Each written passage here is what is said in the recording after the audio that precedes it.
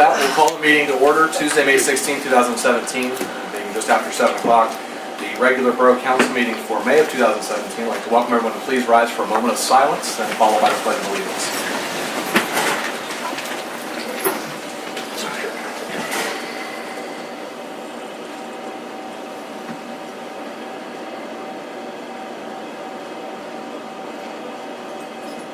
Thank you, Kathy. If you would please lead us in the Pledge of Allegiance. I pledge allegiance to the flag of the United States of America and to the republic for which it stands, one nation, under God, indivisible, with liberty and justice for all. Thank you. You may be seated. We'll welcome the Borough Secretary to complete a roll call. Mr. Crotherman. Here. Mr. Epley. Present. Mr. Adams. Here. Mr. Nace. Here. Mr. Williams. Here. Mr. Kirkhoff. Here. Ms. Young. Here. Mayor Capuana. Here. Solicitor Dissinger. I'm here. Engineer Rogowski. Here. Thank you all for being here. Thank you to the members of the public for being here as well, and for fitting into our tighter quarters. Just a reminder, anyone that may have electronic devices, be they pagers or cell phones, if you can silence those or place them on vibrate so as not to interrupt the flow of the meeting. You should have before you since late last week the minutes from the April 18th meeting, Borough Council meeting, in draft form. Is there any wish for action on those minutes? Mr. Chairman, I only found one correction, and I don't even know if it's grammatical, but in the first heading, appointments, correspondence, there's like a slash and a dash, and I don't know what they mean. They need someone laid on the keyboard. Okay. Cats. We should leave it on the cats. That was the only correction I had. Anything else from the table? Motion we approve the meeting minutes as corrected. Second. Motion by Mr. Crowthorne, will second by Ms. Young to approve the minutes as presented with the single correction. Any further discussion? All those in favor give your consent by saying aye. Aye. Any opposed? Motion carries. Move on then to public comment. Mayor Capuana. Did everyone get a chance to sign it? No. Would you like to?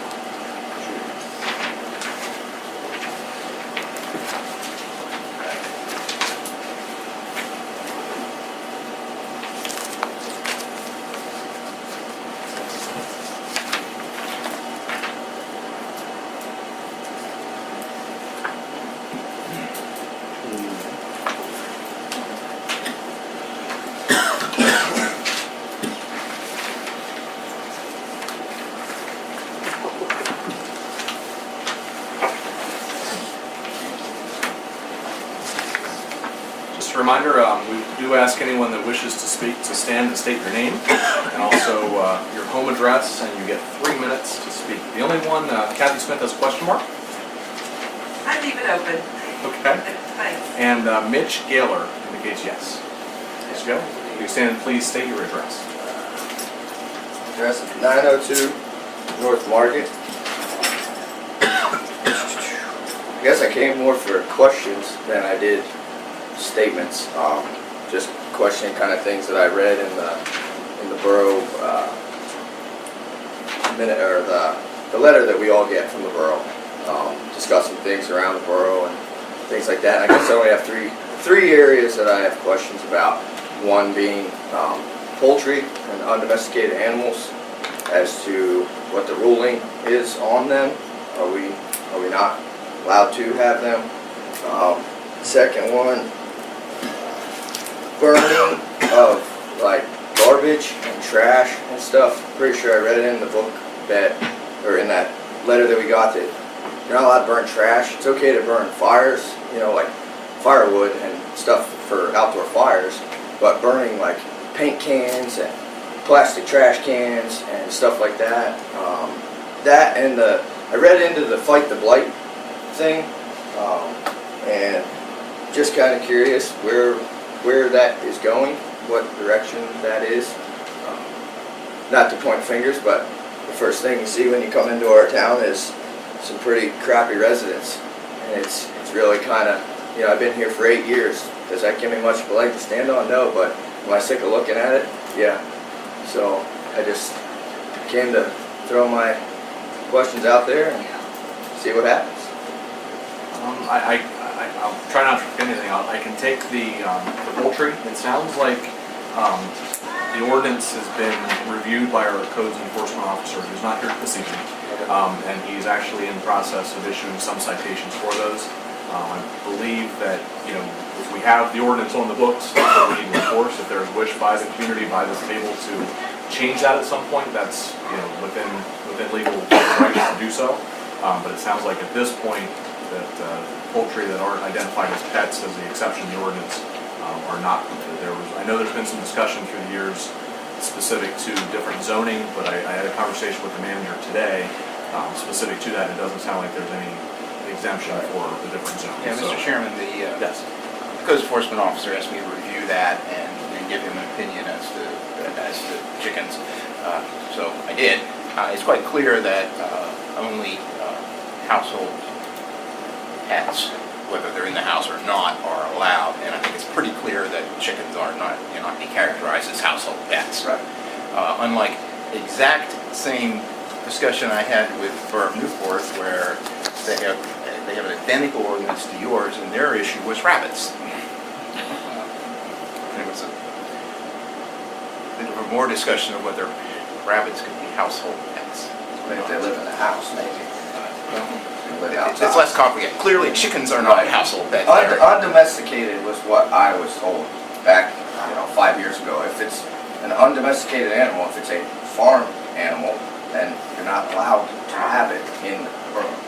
Well, if you look at the code that we have on right now, I just checked it really quick before the meeting. Chickens are considered domesticated animals, but farm animals are domesticated. You know what I mean? Like in our borough code. So they're still not allowed to have chickens unless they're in a cage. They're not allowed to run around for free from what They're not even allowed to be in a cage. Yeah, they're not even that. Yeah, I was gonna say this. The way your ordinance is written. Okay. If you want to change that, then, chickens are popular nowadays. Yeah, you go to any Tractor Supply within a 50-mile radius, they sell them by the dozen. So, I can understand where people are coming from, wanting to have poultry and whatnot, but there's a lot of things that come along with that, with diseases and things of that nature, Nobody wants to be getting sick over some birds.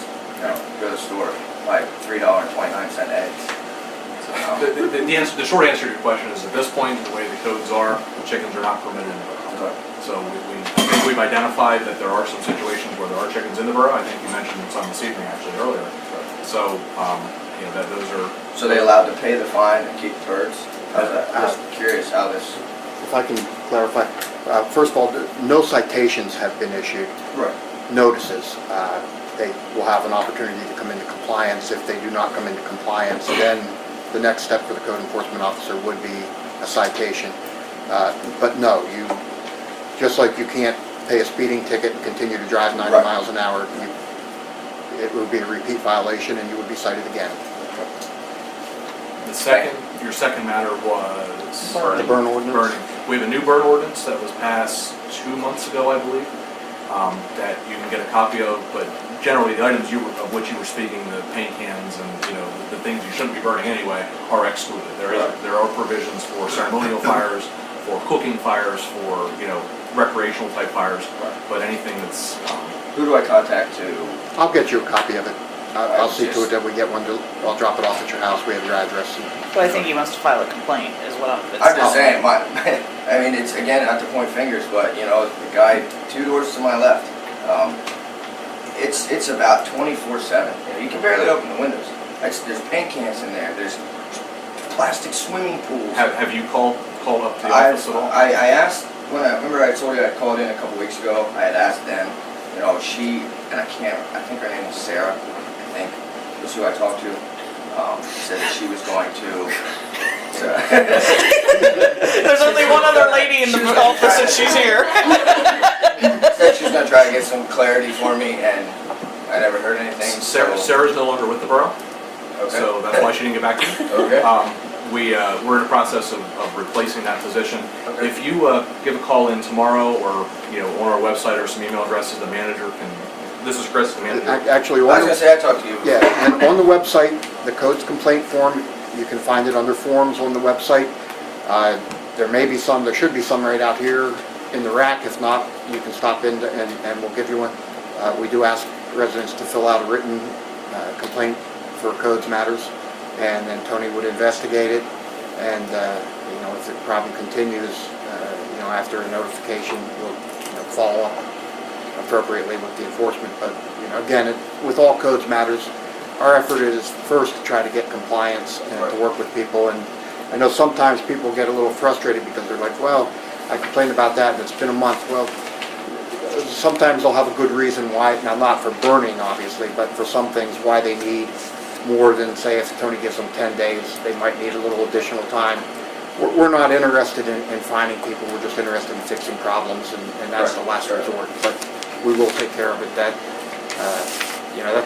The new burn ordinance is something that I was involved in working on. There were complaints from other citizens, and we solved the problem there. And so we do want to try to protect your air quality a little bit. It doesn't restrict all burning. It's not not like you would find maybe in a city someplace, but it does restrict nuisance type fires and requires some safety measures tending to your fire and so forth. The important step is to make notification. We don't have full-time codes enforcement. We have a part-time guy that does that. And he's very responsive to complaints, so if there is an issue, document it, get it to us, and we'll follow up on that. Right, and that's the only, I didn't come up here to, say, hey, we need to start finding people, and by all means, just kind of fix things. It's, me, asking him politely, there's been a couple times where I have asked him politely because, he's burning in a barrel within 15 feet of his vinyl sided house. That's a violation. It blows my mind, a couple times there this winter, I had to say something. I'm like, look, dude, our houses are way too close together. If you burn my house down because you're burning your junk in this barrel, I'm gonna be pretty unhappy. So, I said something. Understandably so. Now it's kind of just like this fire that he has out there that randomly he'll just add stuff and it just smokes. It doesn't flame, it just... Do one of the codes complaint documents, get it on record, and we'll start the process. The process is not quick, the process is not easy. Right. We're bound by laws and rules of criminal procedure if it gets to that point Gotcha. of the judge's office, but we'll start the process. And the third item was blight, and that's not a new topic by any means. Right, sir. We actually have a committee, Mr. Adams chairs that committee, doing some redevelopment and revitalization considerations. We've got a lot of issues that feed into that. And I agree with you that no matter what end of town you come into, there are some places that don't look pretty. Right. And we're not alone in that, but certainly we're trying to address that in the best ways we can. The ordinances that we have on the books, we found recently that one was not really enforceable based on a Commonwealth Court decision. So our hands are a bit tied with that. There are some other options that may be on the docket at some point, but it's again a very, very arduous process. Nothing can be enforced. The gist of the Commonwealth Court's decision was nothing can be enforced based on aesthetics. It has to be safety. Right. So if we have a safety or a health issue, we can address those. But if it's just the way something looks, unfortunately, there's not a lot that can be really done from this table on that. But there is a model that Chris and I learned at the PSAD meeting last week where there's a quality of life ticketing ordinance that the Danville Borough has put together. So I am getting a copy of it, and then I'm going to turn it over to Chris's committee, because I think it is something that we can model what they're already doing and they're finding success, and which will help that problem. Also, if I could just add, the property that you specifically mentioned, just to give you an idea of some of the challenges we have with code enforcement. That property has received notices in the past, they clean up, and then it deteriorates again. They have recently received another notice, and it's very much on our radar. I agree with you. I wish hate that that's the first impression. Yeah, an attempt to burn it down. I hate that that's the first impression when people come into town. Strike that. Just saying. But yeah, I don't think any of us like that that's the first impression people get when they visit our town. Sure. And then, frankly, if it was in the middle of town, we wouldn't like it any better. So. And just to give you an idea, the conference that they're referencing is all of the boroughs across the state came to a conference in Hershey. It was a double-sized room, and it was standing room only. This is not an issue that's just ours. Right. There's a whole lot of factors, but we're trying to look at some best practices that have happened other places and see if we can put them in place here. Gotcha. Thank you for being here. Our meeting's third Tuesday every month, 7 o'clock. Please stop and see us. Thank you. Jackie, I saw you came in late. Did you want to speak at all? Well, Craig, the only thing I have is that there's a guy that drives a red car, a really, really fast red car, through town all the time. Is that who you chased? No. No, this guy lives on Butcher Shop in I know who she is. High Street. I know who I mean, yeah, High Street and Butcher Shop, right behind 3D in that apartment. Yeah. Have you notified the state police? No, I mean, I just thought of it. I mean, it's been bothering me, and I scream at him every time.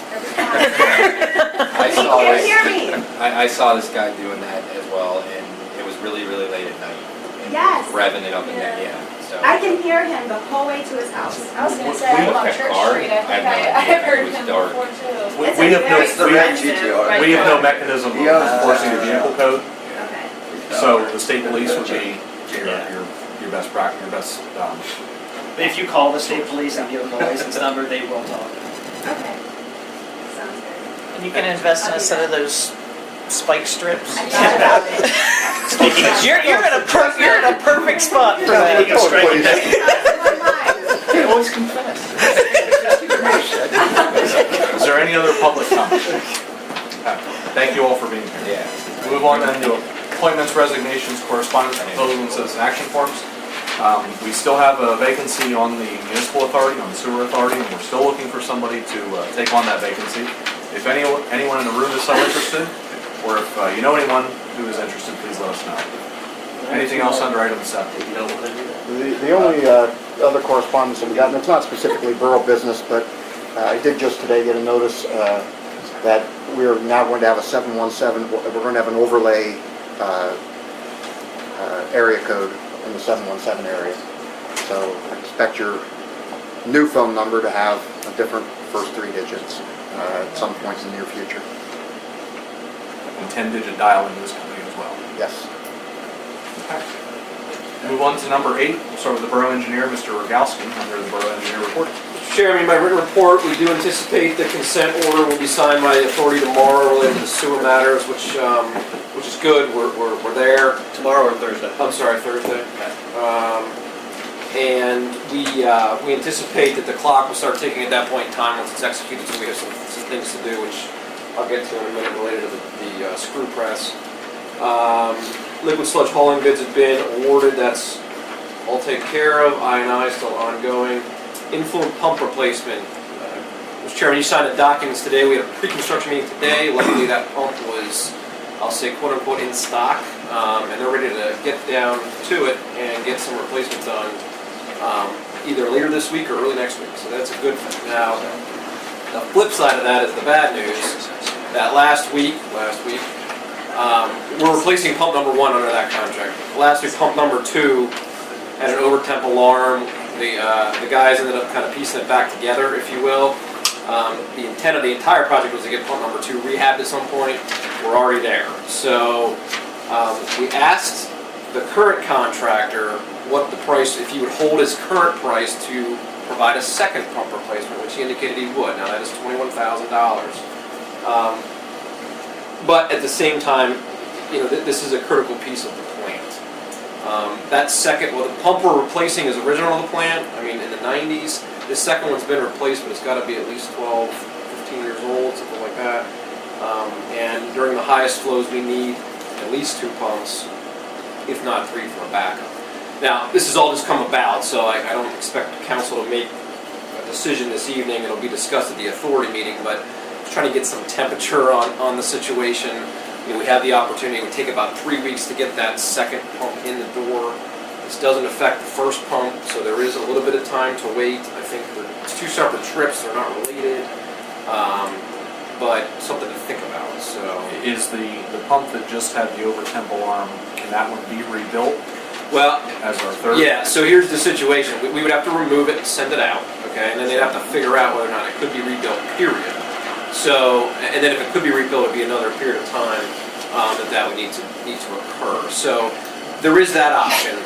It is a 12-year-old pump that we've already done some troubleshooting on our own.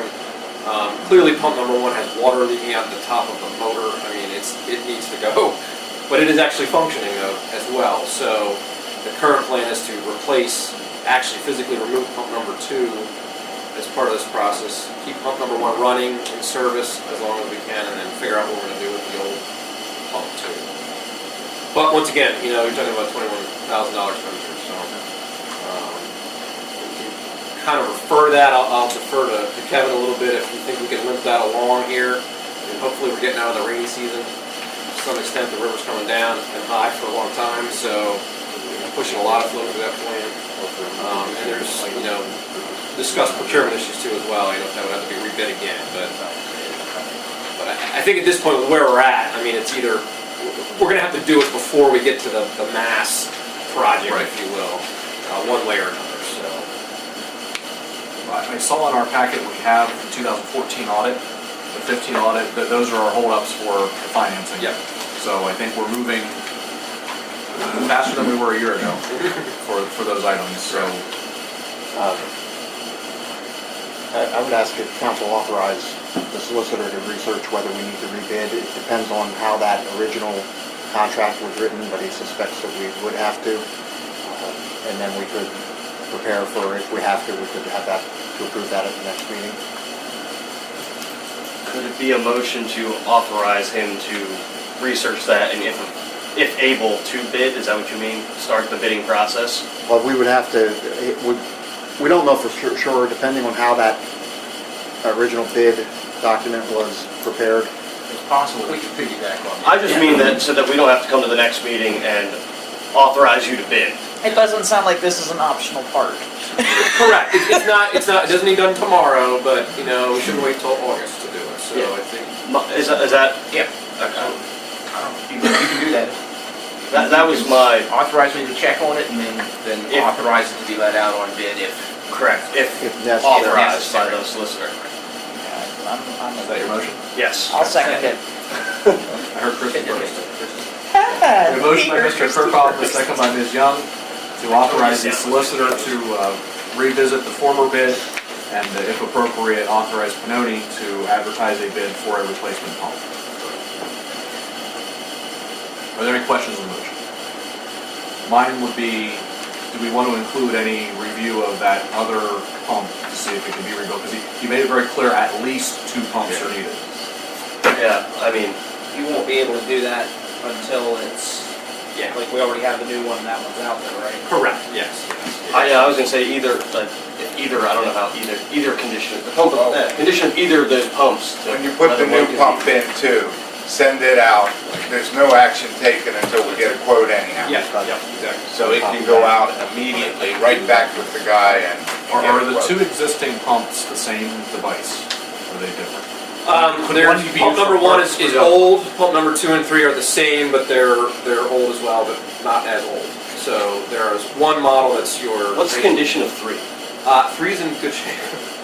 Okay, so if the worst comes to worst, we could also keep 2 as parts for 3. Well, that's what I was, Yeah, I believe the motor is bad. So yes, there's a scenario where you could probably pull that off and at least have it. So.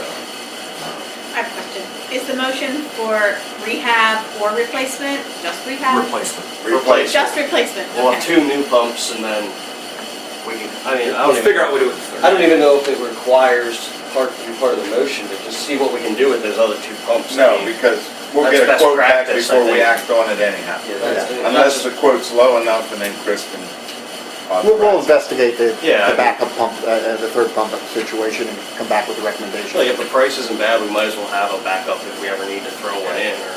If it's as simple as replacing the thermal overloads in the motor, that's not gonna be an expensive job anyhow.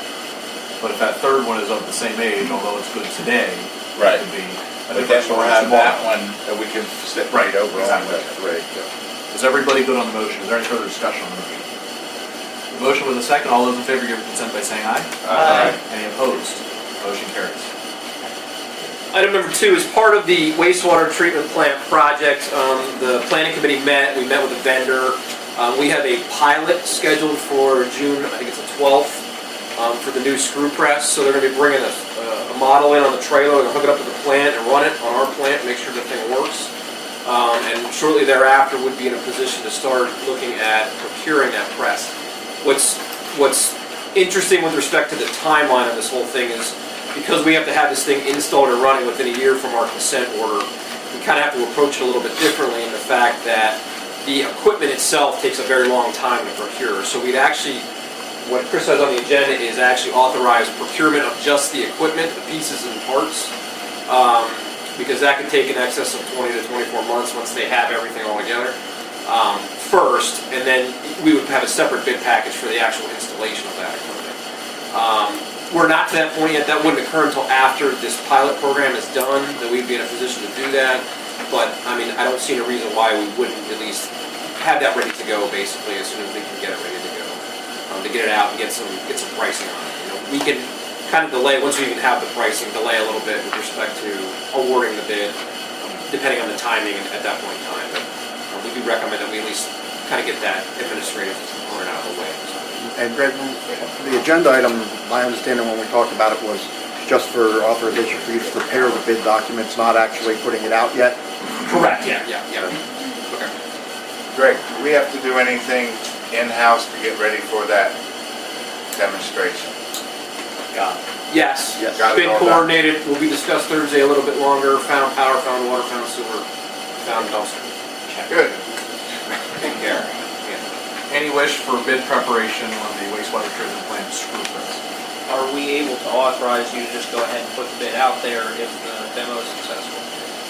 We're gonna have another meeting by that time anyway, Okay. so yeah, I wasn't sure how long the demo was. And we gotta vet it with DEP, we're not gonna put it out to bid, well, I should say, we put out the bid, but we're not gonna award it until DEP is comfortable with it Yes, as well, obviously. yeah. But yeah, I would picture in that June, July timeframe, we'd be negotiating. I'll make that motion. Second.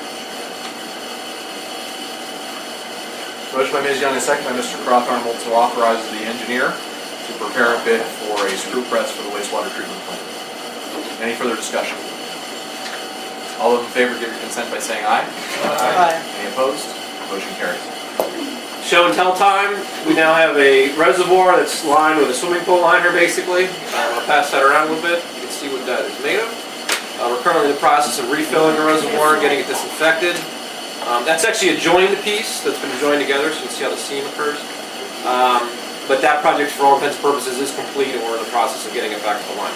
As soon as the reservoir is online, we're going to proceed with doing some rehab to well number 1 to meet some DEP requirements that we're looking at, and then we should be in pretty good shape for now.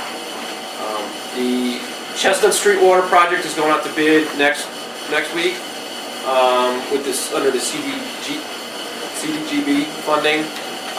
We'll have bids for the next meeting to take action on for that. So a lot of positive things happening with the infrastructure. Any issues with the liner replacement? No, not at this point. We had a little bit of issue with getting our chlorine levels up, and then we had too much in the chlorine test, but we're working through that. So we'll have it back online here shortly. How many mil was this? 60. They pumped that slot full of air to test the seam, so that's how they know it's good.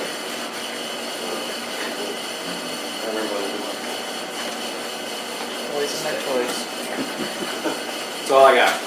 Anything from Mr. Rogowski? Thank you, Greg. Move on then to Pessy, Mr. Pope. I have attempted to provide a water and wastewater summary. But Hoping everybody has it.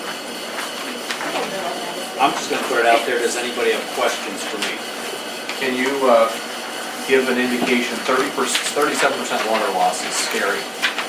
I wanna say, thinking off the top of my head, we flushed hydrants to empty the reservoir. That would be a large amount of unaccounted for water. Because we're not That's kind of what I thought, producing but more out of the wells.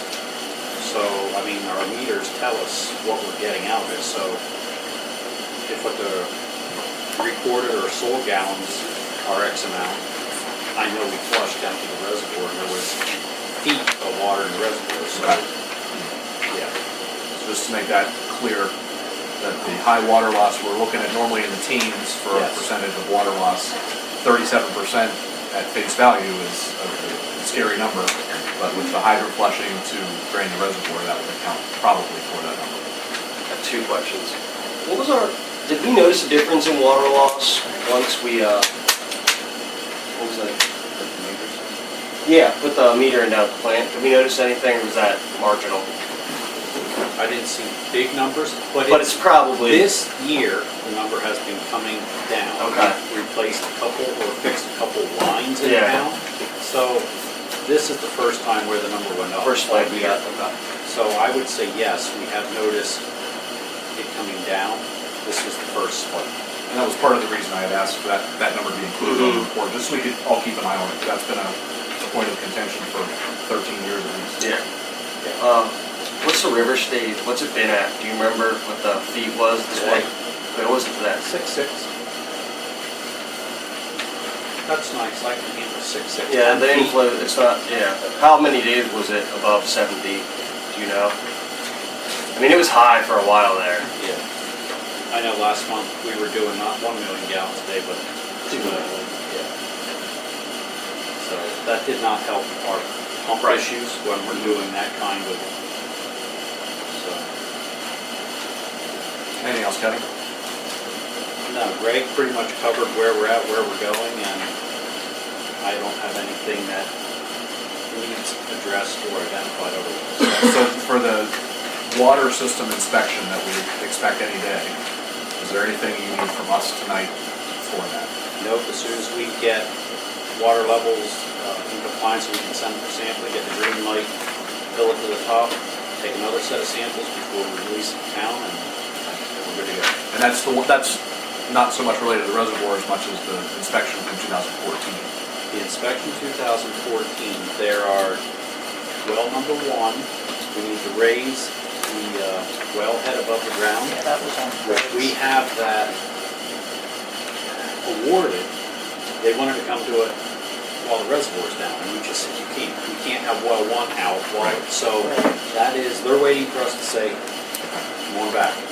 So that work needs done. There's some painting, I think on standpipe or some minor issues, electrical hookups for generators. The electrical hookups, which took a while to procure the pieces, and they're now, there's one other part that we discovered we needed to tie together at well 1 and 4. Yeah.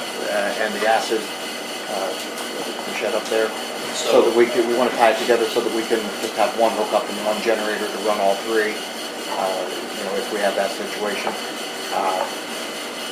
Well 5, or no, the booster pump, we're not going to install that because it's going to be being replaced, so we're going to leave that go, but the rest of it, Mike's got the parts, and it's just a matter of getting everything installed as soon as he gets that extra part for well 1 and 4. So we're days away instead of months away. Yeah. Weeks anyhow, not months. Yes. So everything else on your list that's the borough action needed is all being addressed at this point for It both should probably wastewater be- and, Yes, as far as borough action, it is more on the borough work group performing the duties. I don't know of anything other than like the very end, distribution maps, valve repairs, decisions need to be made if we're going to tackle that this summer, next summer, whatever, but those are things that the council needs to keep in mind. The maps need update. That's not something you do overnight, it costs a lot of money. It's not anything that affects us directly day to day, but when it becomes time to look for a water leak and you're looking at the maps and the stuff in the ground doesn't heat, those are just sort of long-term things that. And the valve repairs will give you some of that information, so by opening up the ground and seeing what valves are in need of repair, that'll help to fill in some holes in that map. Yeah. So again, there's about, if I last remember, it's over a dozen, between a dozen and 2 dozen valves that are noted bad. So before we go and start exercising valves in town, we should probably fix what we know is bad so that if the exercise program, we don't grow the list from 24 to 30. Okay. Any other questions or information for Mr. Hope? Thank you, Kevin. Move on then to the borough solicitor, Mr. DeSinger. I have nothing I want to talk about tonight. Anything for the solicitor? Fire protection, Chief Warner. Should have all our in-house financial report. Were there any, this is the first I've been here, I think, in a few months. Is there any questions or concerns on that? I did have one that I commented last month, but I don't remember what it was. I don't want to take time now to look it up, but I can get that to you. Okay. And that report is what's sent in given to Brian Fortenbaugh for our 990 to be filed. So once we get that copy back, we give you an electronic copy of that.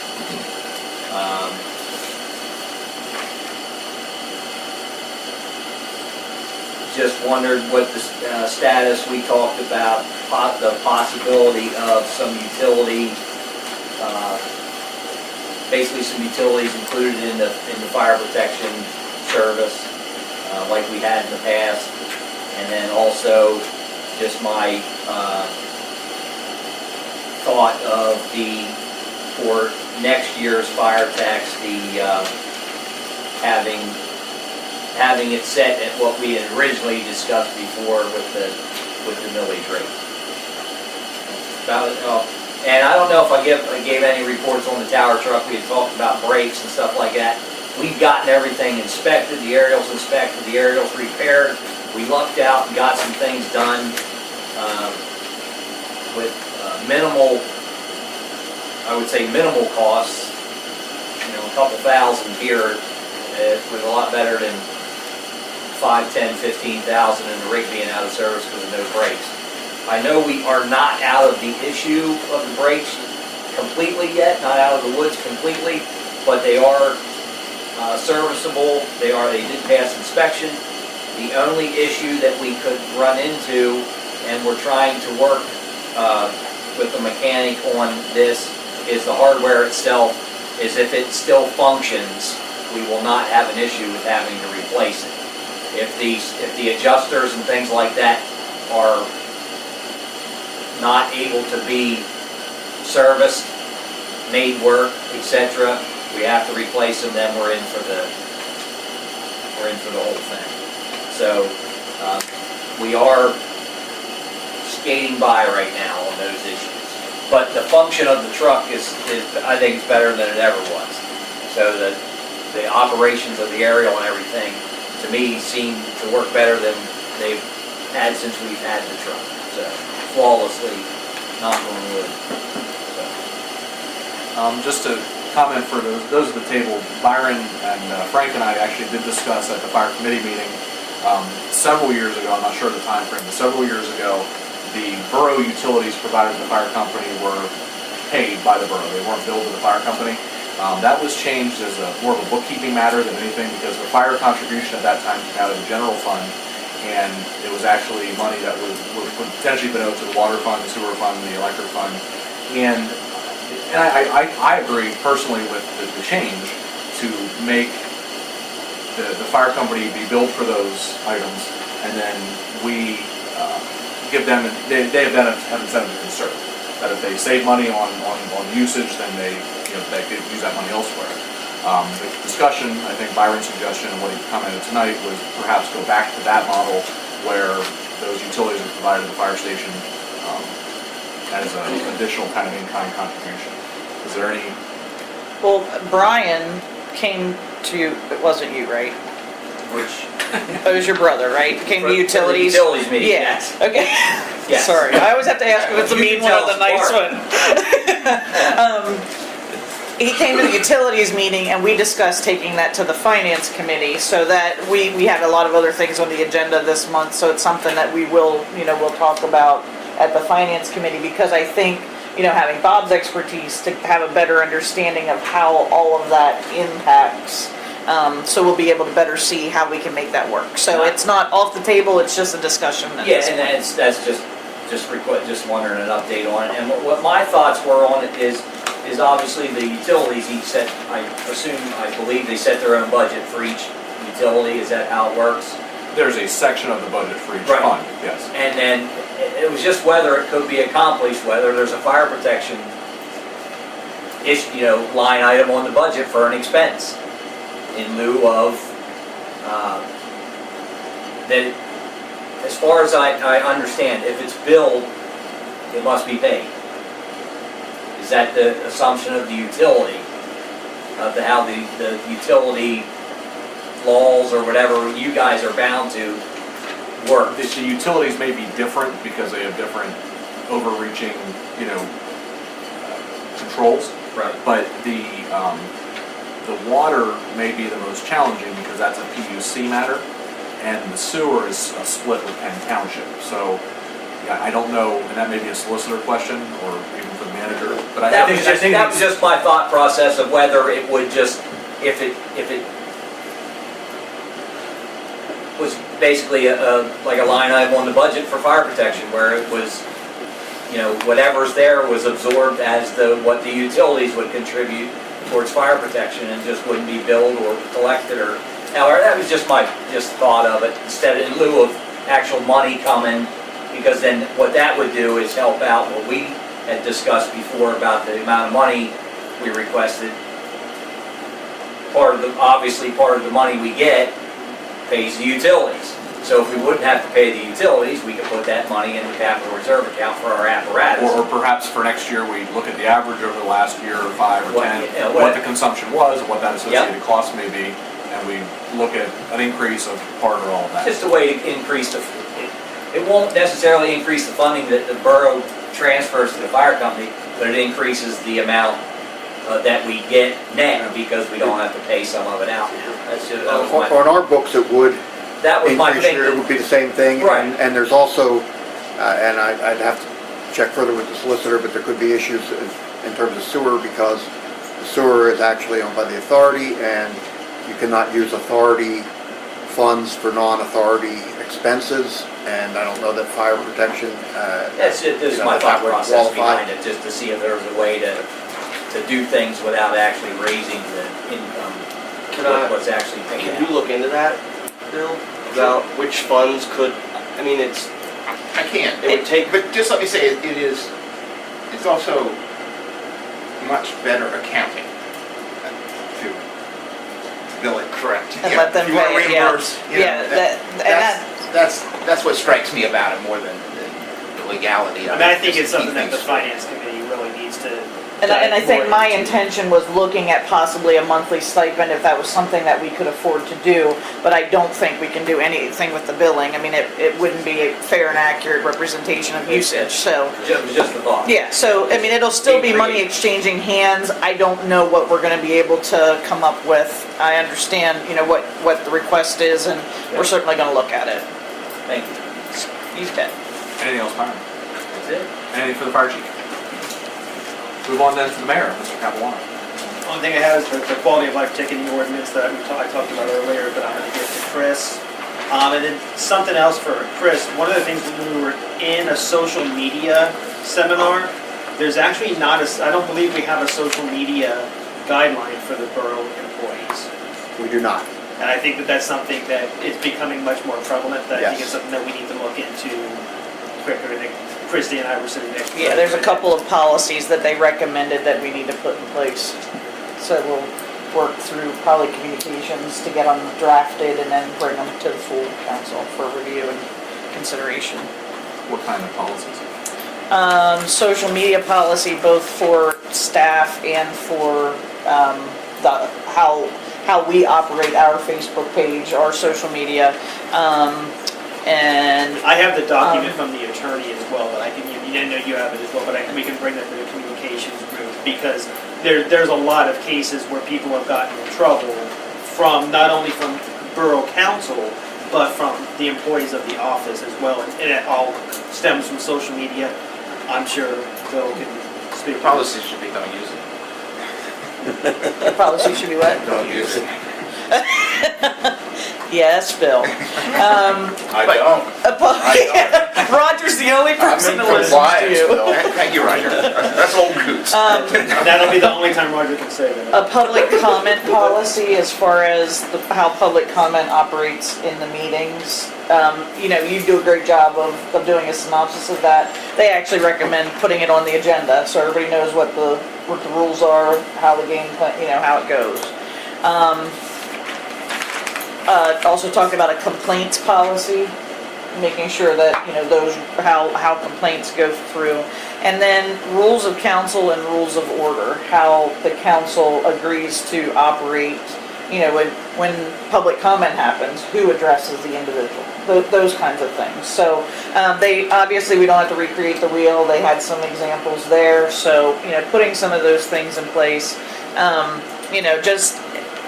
know when there were some new people that came on council a year and 5 months ago, and we had no idea how things worked. So, those rules of council, how do we do things? How do we navigate this thing called Borough Council? I think it would be very beneficial. Obviously, can be updated as the leadership changes, but it would be a kind of a skeleton of this is what we kind of think. So I was going to take those on under the communications committee. Was the intention. Anything else, Mr. Mayor? That's it. Under the mayor, also codes enforcement, you do have a written report for Mr. Clay. Do you have anything to add? I don't have anything to add. Is there any questions about I got a question. something? It says one notice for the chickens in the borough. It was just noticed because according to the borough policy and ordinance, they ain't allowed to have them. Okay. There's no zoning ordinance that says you are allowed to have them. Right. I looked under everything in our papers and online, just not there. There's Were you able to hand it directly to somebody, or did you have to just leave it? Was there any discussion about? Yeah, I talked to the person about it, and I wanted to let them know also that chicken issue is becoming more popular in all the towns and the areas. And if they feel that strongly about having them, to come here and voice their opinion and talk about it. And, or, if there's other avenues that they have to go. Right.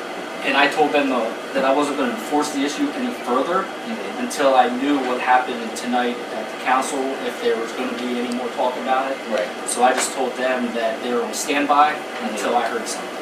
We had some discussion during public comment, actually, questioning that, and with the solicitors, comments as well. The way the ordinance is in the books right now is what needs to be enforced. Correct. And that's been clarified, that's been made clear. If at some point this council or the council is going to be January 1 or future council wants to review that, make changes based on citizen input or public comment, that's always an option. That can And that's be what I adjusted, told but them. we have an ordinance in place to Correct. enforce the ordinance. I got it. Thanks.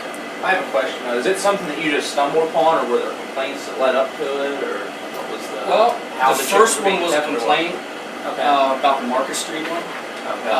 Talking to them and talking to some neighbors, I guess there's more chickens in the borough than just them. Oh yeah. Absolutely. And I wasn't aware of that until I started talking about the Market Street. Good news is So now that I know, that there's more, There's some geese too. I'm gonna They attack have a them, Market not attack them, but address that issue as well with the other residents. And that doesn't mean we'll be going through people's backyards. I'm sorry. We won't be going through people's backyards looking for them, but if we get a complaint or A couple of if it's them are obvious. pretty well, and I didn't know until the tree was down, and then I used that opportunity to do some looking around, and I saw a couple more houses. Okay. The whole thing is we just need to be uniform, throughout the borough, and if there's an issue in the south end, there needs to be the same issue addressed in the same fashion. Oh, absolutely. Okay. Do you have anything else for us tonight? Nope. As a for tonight? Just as a point of reference, the state of Texas just made a law that none of the local municipalities are allowed to restrict having chickens. So Duncannon would, if we were in Texas, thank God we're not, they would not be able to say, we wouldn't be able to say you can't have chickens because the state said everybody can have chickens.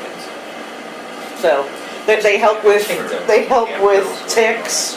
There are a lot of benefits that I don't that mind chickens so much as if they're free range. But what I saw down on Market Street was, I mean, there was geese literally on the street while I was eating ice cream. So that was mine. And to get back to what you're saying about being uniform, I tried to do that. I just told them I was going to hold off with doing anything more enforcement until if they showed up. And then if I told her to get all her friends, that wanted to do it to show up tonight to talk about it. And I didn't know at that point if that would draw a notion to discussion here. So I said, that's why I told her that I was holding off for any more So enforcement. there was one public comment, actually this gentleman right here, who I think his point was exactly that you have the ordinance, Exactly. enforce the ordinance. I So agree 100%. But I was just affording them the opportunity to come in here and. my opinion is you handle that the right way. It's going to be a matter of discussion. I'll say, I had a couple people complain to me personally, and I told them, get in touch with codes enforcement, so maybe one of them called, I don't know. Yeah, But I had a because, couple, like he said, when he pulled out, he almost hit him. And the person that said something to me was concerned that if I smush someone's chickens, that's their property, even though it's out in the street. What happens? It's just like hitting our dog. Right, but still, I mean, they could, you know, they just didn't. This darn chickens, man. They just need. I didn't know anything about it. So. ours was, Right. I heard more about the excrement in yards. Yeah. Was more of what I had heard from numerous. I just didn't know how to approach it. Because I assumed the same thing, just to go with that dog, but according to our code, it's not, so. Anything else for Mr. Place or Mr. Capuano? Move on to the secretary, always the easiest report. I got nothing. Anything for the secretary? You're welcome. Borough Manager, Mr. Corrigan. A few things before I get to the two action items on the agenda. First of all, I managed to calculate an approximate cost of the storm that caused the power outage last week. And just so people have an idea of why this took so long to repair and was a significant problem, was the tree, I think, wasn't you that measured or you had I guessed. comment? Yeah, the tree was massive. 36 It inches. fell directly on one pole, pretty much shattered it. It's 58 inches across the base. I cut the trunk of that tree. Yeah. 36. Well, It might have been the root ball. It also pulled down. was a lot bigger. It also pulled down two other poles in the process. It took our crew, working with several chainsaws, 5 hours just to cut enough of the tree away to be able to free the wires to be able to work on it. All told, we had and this includes also cleanup during the week after from the storm damage, because there were a lot of other trees down around town. We had 161 hours of borough staff time, at an approximate cost of about almost $3,300, including the overtime that was involved, because we had guys out on Saturday and Sunday continuing repairs.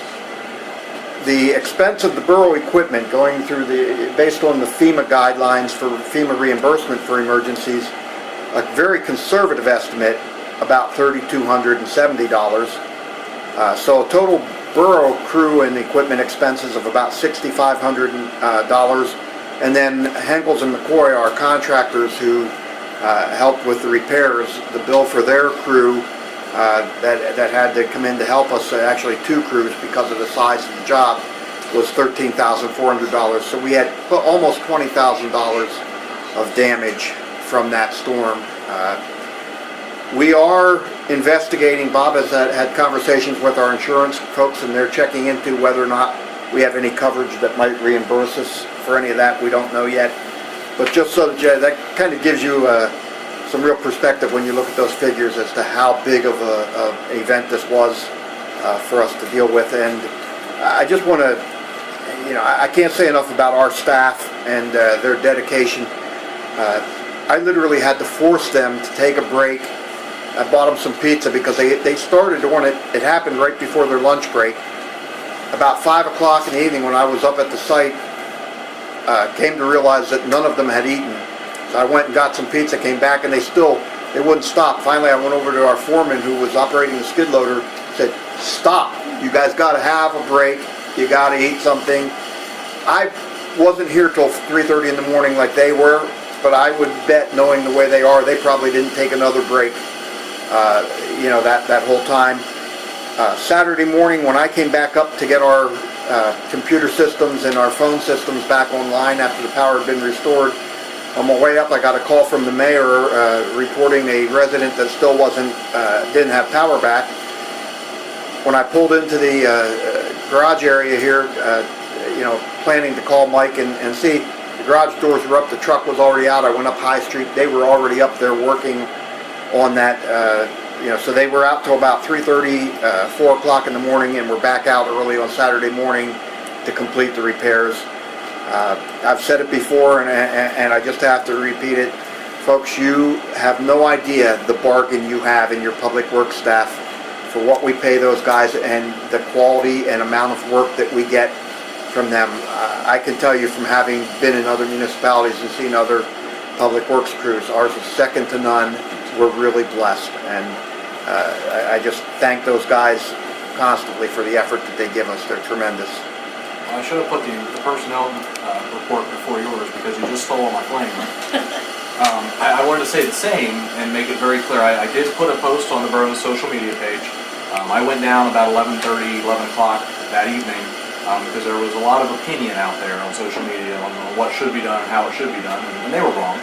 But but frankly, I can't say it clearly enough that Mike probably still had a smile on his face at midnight and at 1:30 trying to work through everything. I think we do have a hell of a crew down there, and they were out late and they did a really good job.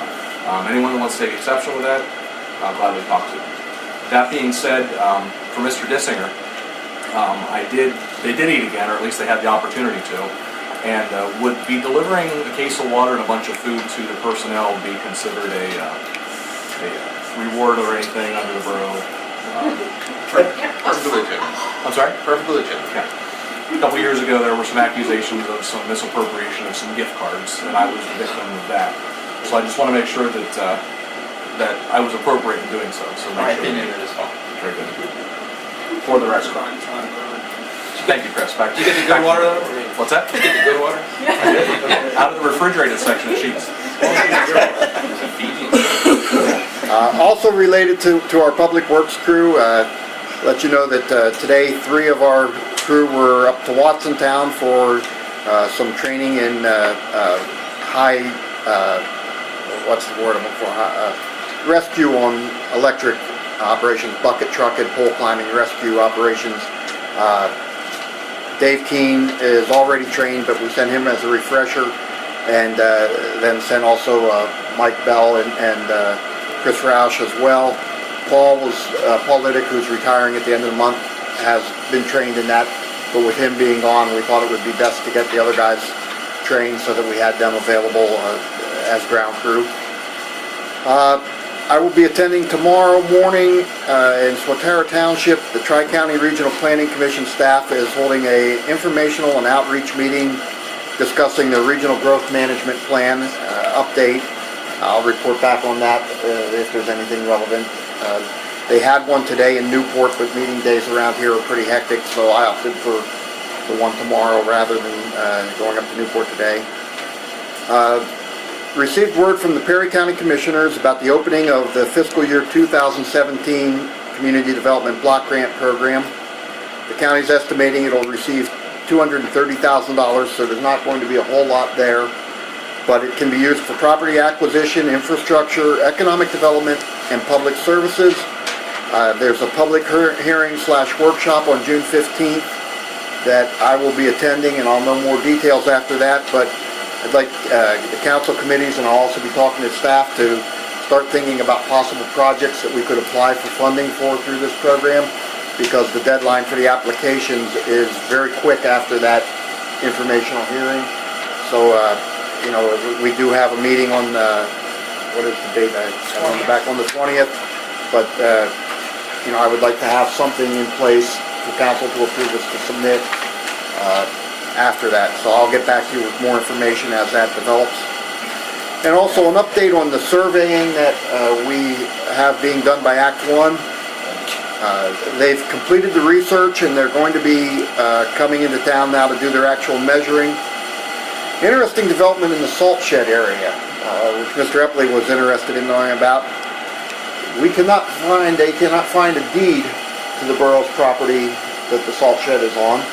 It's established that it is the borough's property, and they did find, luckily, deeds for all the surrounding properties that will allow them to do the survey. One interesting thing is, has anybody ever driven on Carver Street? We apparently have a right-of-way. We apparently have a right-of-way for a Carver Street that runs above the actual where the salt shed is located on that property, and then has a perpendicular connection to Center Street that runs between two properties, about 25 to 30 feet wide. The surveyors said they're not sure that it actually exists until they measure the other properties. They think that it's possible that the properties that were sold off now take that up, but they're going to look into that. Part of that was looking at that right away for the garages in the back, because right now we have people that drive through our salt shed area to get to the garages, and we have some concerns because of our equipment being up there and wanting to utilize that area for a little bit more in the future. As far as Butcher Shop Road is concerned, they're going to have to work off of liquid fuels maps that the state has.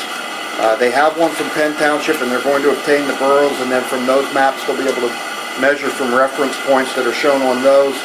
The old borough map, the original borough map that is over a century old, they have a copy of it, but there's not enough detail or not enough measuring points for them to do what he's called the math to calculate it.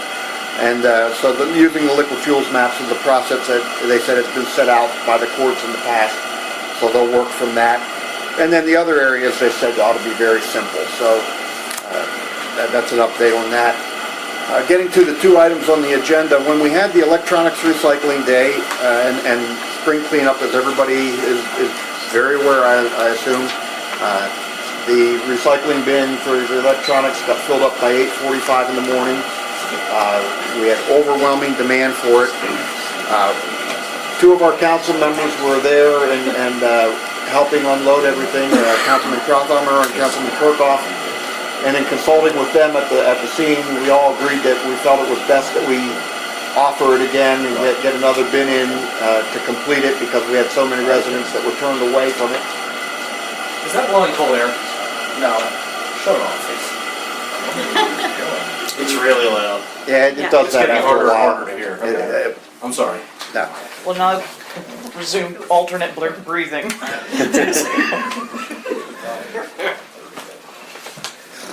So I'm asking for authorization for us to get another bin in to do more, so that everybody can get it in. As I mentioned in my report, we did have a preliminary. I mentioned it to the folks at Penn Township, and they said let them know. They didn't know if they would want to co-sponsor it again. One alternative, if they did not, would be to have a period at the beginning of the morning that would be just for borough residents, and then other people could bring it and charge it like a $5 fee or something for each item they drop off to, that would help offset the costs. The other thing, and it ties into the second item on there, we have, I want to say at least a half dozen desktop computers, old ones that are obsolete, no longer usable, stored in the basement, as well as we have a number of old laptops that are no longer usable that are around. So whether it's through this or otherwise, I'm asking for council to authorize us to dispose of those surplus electronics. We would remove the hard drives and destroy them because there's a lot of delicate, sensitive financial information, residents' accounts and so forth on, I'm sure. But then we could get rid of those. And one of our projects for the summer is to try to get the basement storage area cleaned up and better organized. We have some records down there that will be coming back to you for permission under the record retention schedule to dispose of in the future as well. So those are the two items that I'd ask for action on. I make a motion for both items. Second. Do we want to offer any trash pickup too, with like our bulk pickup with electronics? I think we already did it once and I just had, mean, I'm had just pretty good wondering if expense to that. Yeah, I didn't know. I don't know what our expense on those trailers is. Yeah, Bob has the invoice, I think. We just got it from, do you remember what total was? No, sorry. It was, I want to say over $1,000. I don't have an exact figure, but I mean that, if we think that there's the volume of big items for people to get rid of. I don't know if we get the same volume. I just would rather get rid of more trash. And if we're going to have people there, I was thinking at least maybe we don't have three, well, maybe we end up doing it, maybe we don't have three trailers going at the same time, but Or maybe separate, do that in the fall, do a fall cleanup?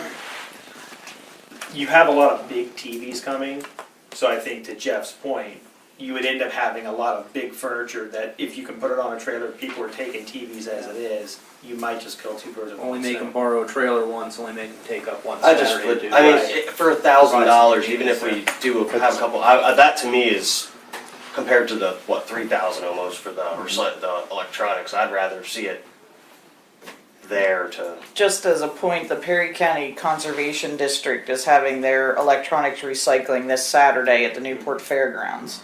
It's $5 just to show up, and then $25 for each TV and $10 for each computer.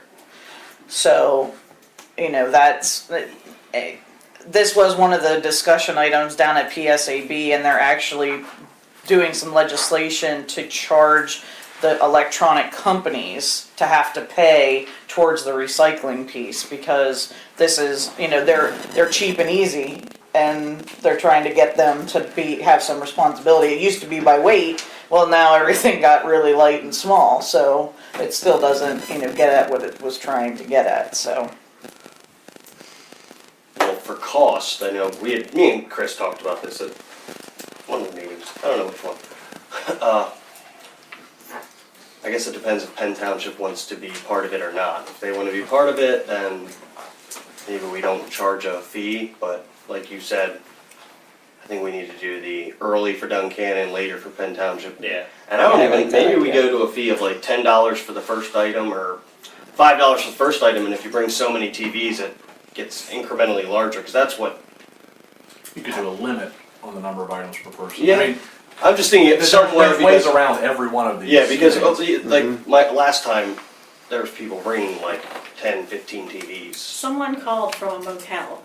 They Yeah. said they're in Penn Township and they were gonna bring, they said, is there a limit? And I'm like, well, not really. It's a motel in Penn. Or I don't know, but anyway, it was somebody from a motel. Okay. I mean, So, we could set a you know. limit of, I say something in regards to that. We collected for 3 households, my daughter, my mother-in-law, and our house. So we had an SUV full that is now sitting on my front porch now. And I get stuff. But that, doing it as a limit, okay, we'll give you one, and then I'll charge you more for that. How do I end up proving to you that I got it from 3 households? I was thinking of a limit of more like 4 per household, so say you brought that, if you had your household, you'd bring we go by license, driver's license. Right. Then you'd have your daughter come with her driver's license, that would Yeah, get but- you 8 TVs. My 84-year-old mother-in-law is not gonna come, and my daughter works 6 days a week, and she's at work. Bring a copy of their utility Yeah, bills. copy of with you. their So I utility bill. can, I mean, do it I would that way. take I that don't as, wanna give you a hard time, but I don't wanna also pay out the 3 income either. utility bills, that's 3 separate. I'm not sure how, that was my assumption, whatever, some sort of documentation, driver's license, utility bill, something to say they're a borough resident, this is their 4 TVs. And we have to hurry up and do it before Paul retires, because he's the only one that knows everybody. It's true.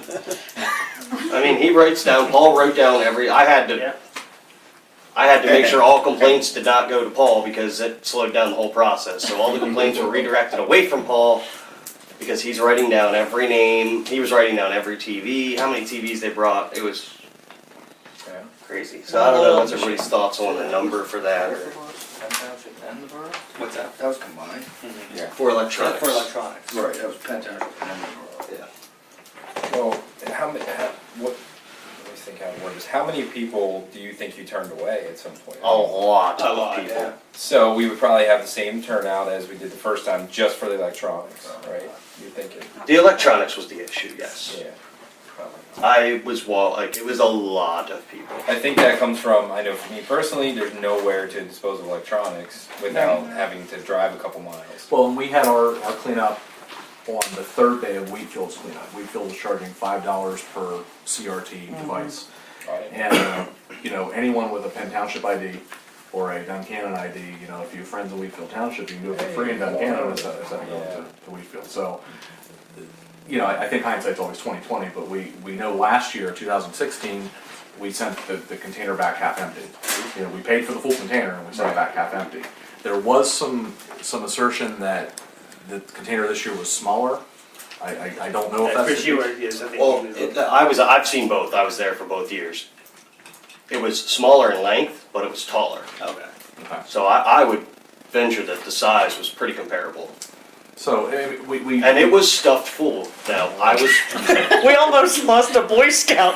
They were trying to push I everything was, in and get the I boat was shut. inside lifting TVs over onto top of other TVs, so it was very full. So I think we went from one extreme to the other, and it was all well intended, you know, the whole way around. But we were, I guess, underestimated what we were going to have. So, Roger, so I understand your motion. You want to approve bringing back the electronics trailer for a second recycling day, Correct. and you want to authorize the manager to dispose of the junk electronics here in the office. Correct. Okay. Are there any numbers attached to any of that, or do we need more information on the motion? No, let's just do it and get it over with. Okay. Are we adding regular Well- dumpsters to that too, or not? Yeah, would you like to, Roger?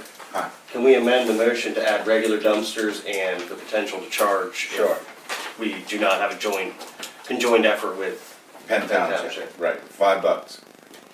$5 per TV? Yes. For Penn Township residents only, correct? Correct.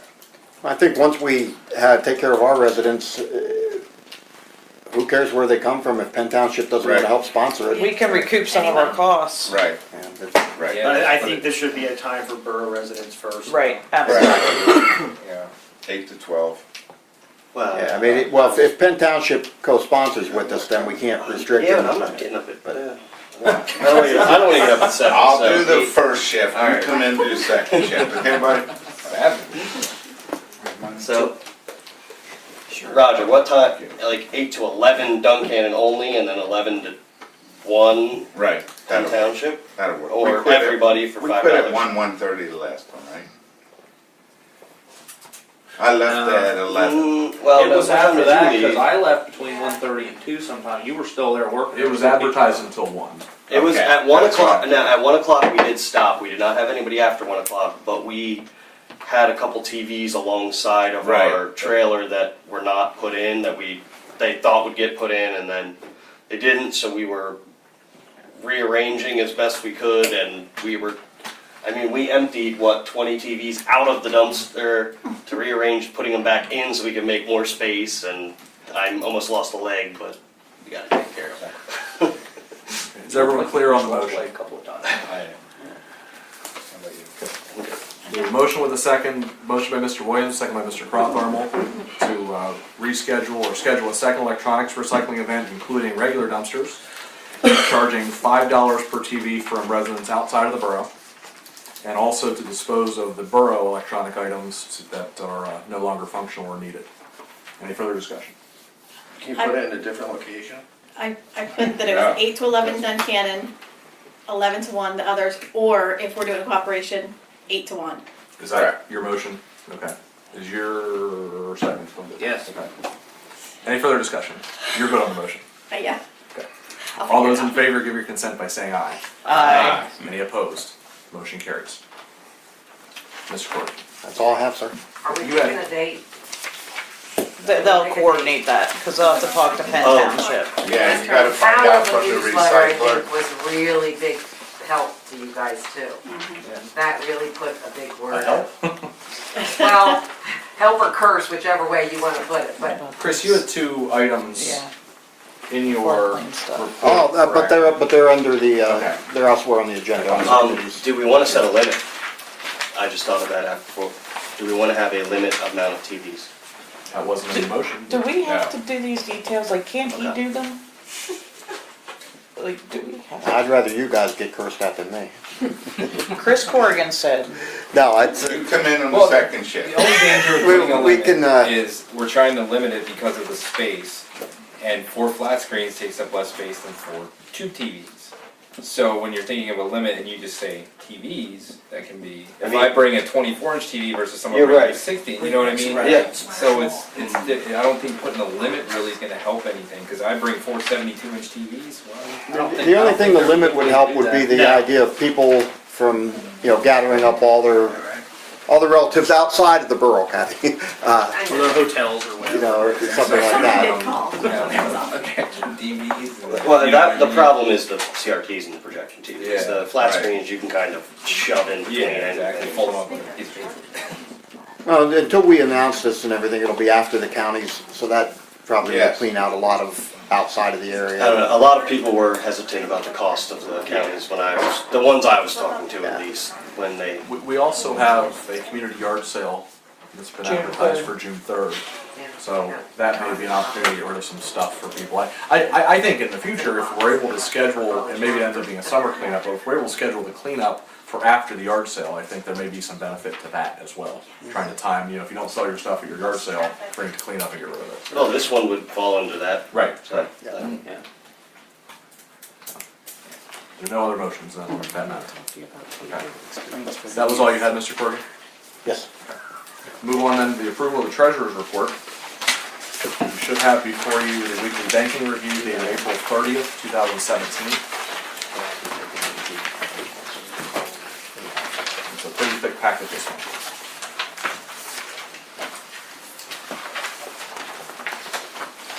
Any questions or wish for action on the banking review? I make a motion to accept the treasurer's report, subject to audit. Second. Motion by Ms. Young and second by Mr. Crawford will accept the banking review as the treasurer's report subject to audit. Any further discussion? All those in favor give your consent by saying aye. Aye. Any opposed? Motion carries. Also, I believe in that same packet are the bills to be ratified, also the bills to be paid. The check register. Motion to do so. Second. The motion was by Mr. Williams, second by Ms. Young, to ratify and approve the bills as presented. Any further discussion? All those in favor give your consent by saying aye. Aye. Any opposed? Motion carries. Before I know I'll go over this in my report, but before everybody flips past these, the statement of revenues and expenses, and Bob has been instrumental in this, working with the system to get accurate information for us from the system. And what we're trying to come up with is a one-page summary document for the public that can be posted online, can be posted out front of where we are year-to-date budget. And then there's additional, backup of each line item from the budget, where it is, budget year-to-date percentage-wise, so that we have a clear snapshot of the financials of the borough. That's not something we've gotten in the past. I can't say enough about Bob and his taking this project on and really making it work and having it all make sense. So thank you very much.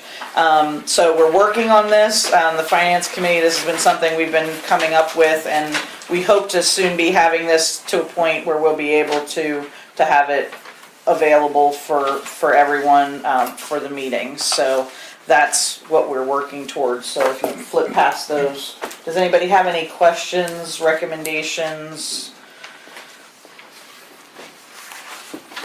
I looked through this very quickly. There were a lot of numbers, and we have a first quarter and then a year-to-date. Correct? Yes. Correct. Okay. Were there any items that Bob or anyone on the committee saw that were uncomfortable or glaring? Because some of these are hard for me to decipher, because if a large portion of the amount is used, maybe that's a bill that comes in the first quarter, the first half of the year, that used up all or most of the number allotted, and there won't be any more, payments the rest of the year. Right. Were there any items that were of concern in your preliminary reviews? Nothing that we came up with. No, Was there no. anything? It's just getting us that information so we can start to make those determinations. So this is kind of a new process, if you will. So we're just getting there, but This is something I struggled to receive in the past, so I very much appreciate the time and effort in generating this information. I think this is invaluable. lets us do what we're charged to do. Move on to the standing council committee reports, facilities and fleet, Mr. Epler. Last council meeting, I announced that the borough workers had borrowed a street roller from Penn Township, and they were satisfied with the way it worked, and Penn Township offered it up for $200. And I have heard that the Penn Township Council accepted our $200 check. So we should own the roller now. The next item is, we have a fleet and facilities meeting this Thursday. Does anybody have anything to open that meeting with, or should we dispense with it? I have nothing. I have nothing. Roger has nothing, so we'll cancel it. Okay. That's all I have. Anything for Mr. Eckler? We'll move on to the Finance Administration Communication, Ms. Young. One of the pieces that, as a board, we need to appoint a representative and an alternate to the Capital Tax Collection Bureau, which is the local tax collection that we're a part of. So the recommendation from the Finance Committee was to have me as Finance Chair serve as the contact, and then Bob as Treasurer to serve as the alternate. So that's the motion that I would like to make. Second. We have a motion by Ms. Young and second by Mr. Crotharmel to appoint Christy Young as the Bureau Board Representative and Robert Kroboff as the alternate representative for the Capital Tax Collection Bureau. Any further discussion? All those in favor give your consent by saying aye. Aye. Any opposed? Motion carries. The other item is, in everybody's packet, is the audited financial statements for 2014. Yay, yay.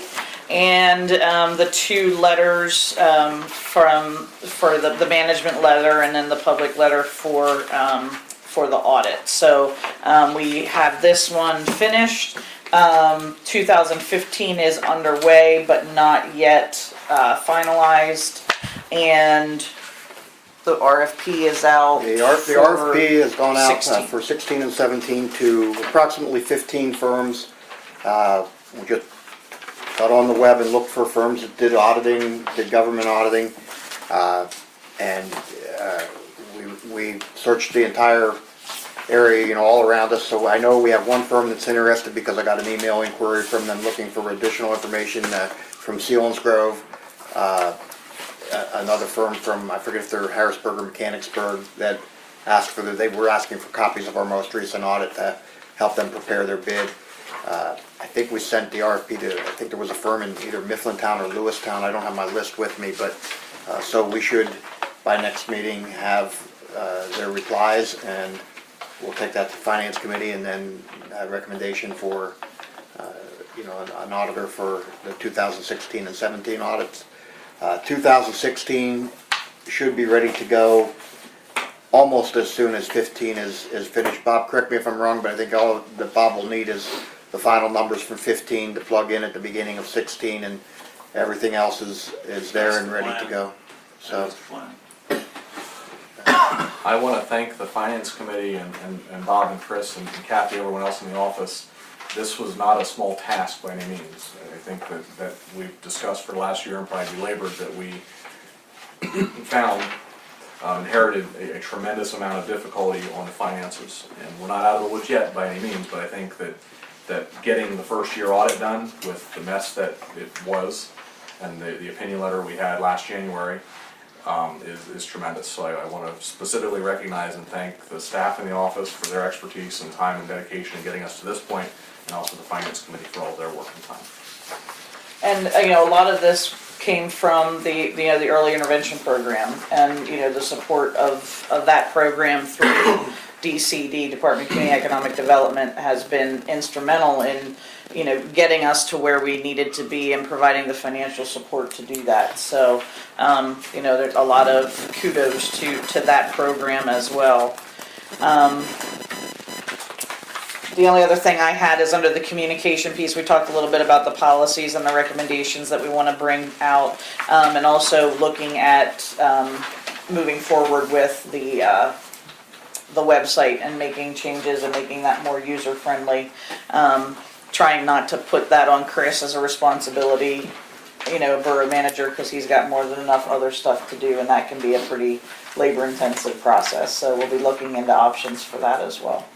I think that's an important next step. I think it's an important piece for the communications and for, you know, keeping our community involved. So thank you. Anything else? I'm done. Anything for Ms. Young under Finance, Administration, Communication?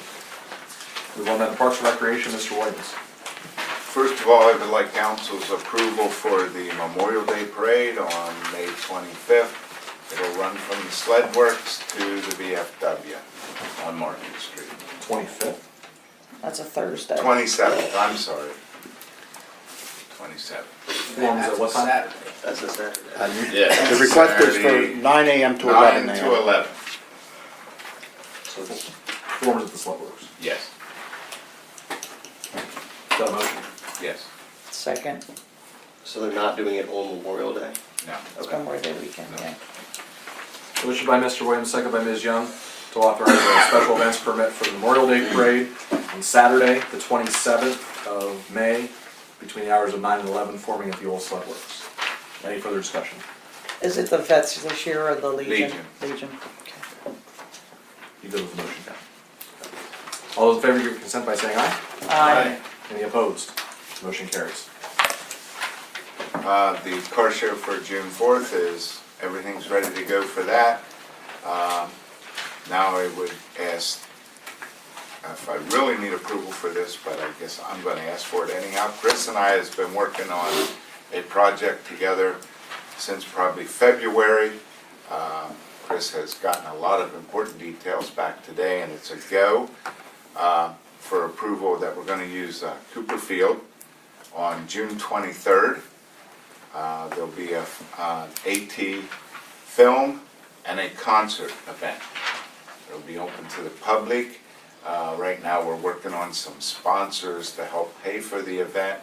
We're looking at approximately a $600 to $700 venture into it, but we're looking for some sponsors to help recoup some of that. And it'll be open to the public, and there'll be refreshments for sale, a couple different vendors, and also we would never turn away a donation of any kind towards the event. But it'll be a Friday evening. Friday evening, okay. And we'd like it to be a fundraiser to some extent for the Parks and Rec. Yes.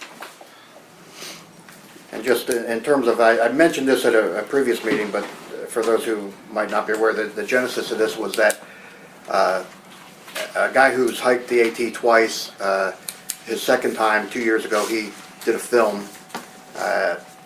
And he's a hiker that I've known for years. I'm friends with him on Facebook, and I'm friends with this bluegrass band, and he listened to some links that I had posted to their music. Unbeknownst to me, contacted the guy that is kind of the leader of the band to get permission to use some of their music in his film. And when I found out about it, I said, well, you didn't even give me a credit in the film for being your muse, so the least you can do is come to town and do a screening. You know, Council President Nace has graciously offered, he has the equipment for the outdoor film and also sound system that the band would be able to use. And the band has agreed. I think you better ask him. Not that date. Not on that date, no. Oh, no. I heard the date today. Oh, I should have asked you about the date, I didn't think. We may have to find another date. Pending. It will be done this summer at some time. That's understandable, Greg. That's understandable. We'll coordinate with you and find another date before we announce it, but if we can have approval for the event pending a date. Yeah. And do you need a budget of what, $700? I would roughly say 700 to 800 going in the door, but that's, hopefully we're gonna recruit 90% of that, I'm hoping. I talked to somebody today who needs to get approval from a higher level, but seemed pretty confident that they would be a major sponsor of it.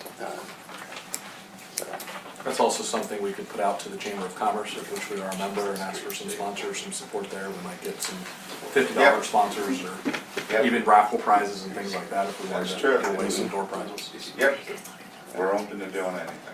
So they'll put it out in their newsletter and on the website, I'm sure. So June 23rd would be after our next meeting, but certainly not enough time to advertise. So do you need a motion giving you the $800, assuming that we're going to be recouping most of that through sponsorships?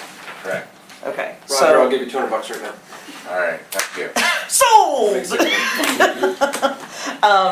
So I'll make a motion to approve $800 for an AT film and concert at Cooper Park, date and time to be determined. Thank you, Christie. Second. We had been looking at a weekend night. Would there be any issue, do you think, if we moved it to a weeknight? It's out of school season and it's not gonna be a late night thing, Has to be dark for the movie. right? My only, I was looking at the event that they're already having on the 17th. Is there any benefit to piggybacking? That's not a possibility. That was the Okay. first thing we looked at. Okay. Yeah, we But did. the band already was booked for a festival in Wellsboro that weekend, so that was, and the reason I had to say about a weeknight is because this was one of the few dates on a weekend that they still had available, that the band wasn't booked. They have a pretty busy schedule, and so, you know, finding a night. One of the things we had talked about was trying to do it while it was still through hiker season, because it would entice hikers to stay in town overnight and provide a little, you know, not major, but a little bit of economic stimulus, because if they're in town, they're eating, they're, you know, Yep. using our establishments and so forth, so we'd kind of like to do it that way, but We'll run some dates by, Chris, see what happens. Not tomorrow, because you won't be here. We have a motion by Ms. Young and a second by Mr. Kirkhoff to allocate $800 for an Appalachian Trail film and concert event for a Parks and Recreation fundraiser for a date to be determined. Any further discussion? All those in favor give your consent by saying aye. Aye. Any opposed? Motion carries. And Sled Fest went over as a big success this year. It was bigger than it's been, so everything worked out well. I thank all the borough staff for all their help at any given time.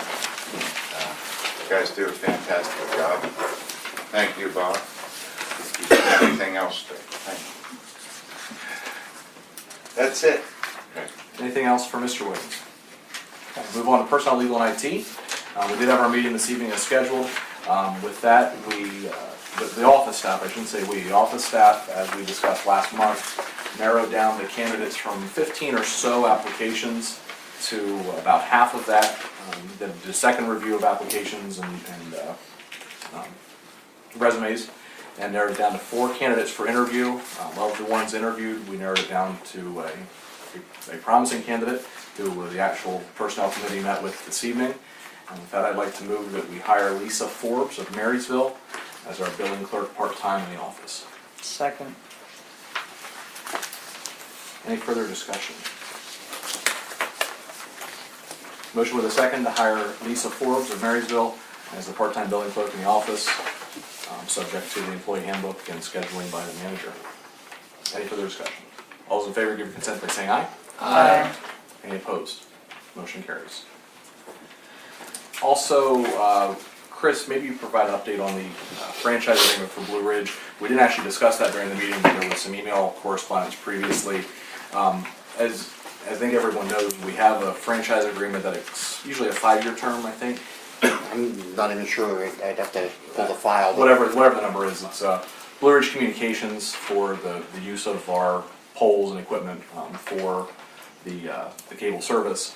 And in exchange for that, there have been different compensations negotiated. I know in Wheatfield Township, their internet service at the office, their phone service, and their TV, if they even have TV in the office, are in exchange for this. And they also have a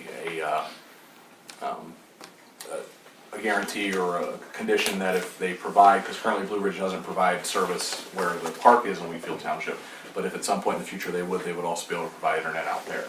I think Chris has negotiated something tentatively similar with Blue Ridge for the borough. Yeah, we They would like us to renew the agreement, and I asked the solicitor to review it previously, and his opinion was that the agreement was fine and that we really couldn't expect to get any more in the franchise fee than we get. But I did go back to them and ask them about providing, because I know it is common lots of places, and asked them about providing service to the borough building. Also would like to try to get them to provide us with an internet connection at the wastewater treatment plant, because we're going to need that with the upgrades. But especially here, the increased bandwidth that we would have with the cable connection for the internet would also go hand in hand with our plans with the IT grant to upgrade our phone system, because it would enable us to look at a voice over internet system, which would be less expensive, and give us that option then too, as far as our phone service for upgrading it. So it'll eliminate the CenturyLink or Embark bill that we receive, which Yes. is a couple $100 a month. So the request is for authorization for the solicitor to review that and for us to execute that contract. I'll move that we authorize the solicitor to further review the Blue Ridge franchise agreement and the office to endorse that agreement for. Well, actually, it will come back to you in June meeting, because it is an ordinance that I believe is the way it's passed, so. So we're authorizing the solicitor then? To prepare everything and review it and finalize it. Second.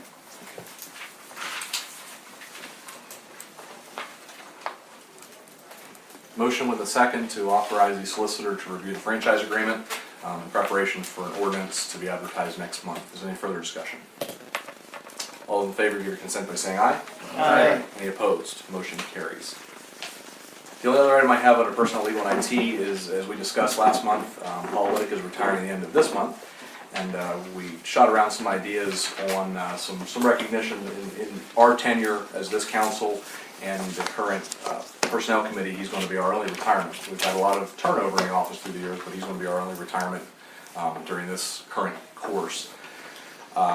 One recommendation, we touched base with Bob, who was the only one in the room who had actually retired somewhere, to see some ideas or suggestions. And he indicated something that would be appropriate, and I think I want to share with the mayor as well. A resolution at this table by the council, and formalize that next month. And then also the mayor, if you want to issue a proclamation, congratulating Paul and thanking him for his years of service. Chris was going to find some draft or some sample text to work from. So just keep that in the back of your mind. If anyone wants to buy him lottery tickets, I'm sure that'll be graciously accepted as well. No. Except Ryan. He wins. I know. Maybe the solicitor wants to put a restriction that he has to share. So we get him a Rolex. Yeah. The only vacation he takes is to go get his winnings in Harrisburg. And that is all I have under personnel, legal, and IT. Is there anything for me from the table? Okay. Move on then to public safety, Mr. Crockrell. Our meeting was canceled this month due to, that there was nothing to bring up, and there was a bunch of members that were out of town or otherwise unavailable. So I don't really have anything under public safety. Anything for Mr. Crockrell under public safety? Move on then to utility, streets, infrastructure, Mr. Kirkhoff. We talked about, me and Roger and Chris talked about doing some more streetlights as we started to kind of undertake this year. And Roger, we were looking at doing the rest of Market Street. Did we ever get An exact count? No. Yeah, so I don't think we'll have action on that tonight. And Mike's working on that, but with the completely storm and understandable with the everything, he didn't storm, get we it kind of set it all completed, so- back. The storm, water, and everything else. How many do we have left? We have, we had 2 left. We have none. Now we have none left because of what happened last week, so we need Are to, they on High Street now? That's where they're gonna be, Oh, okay. on there. Great.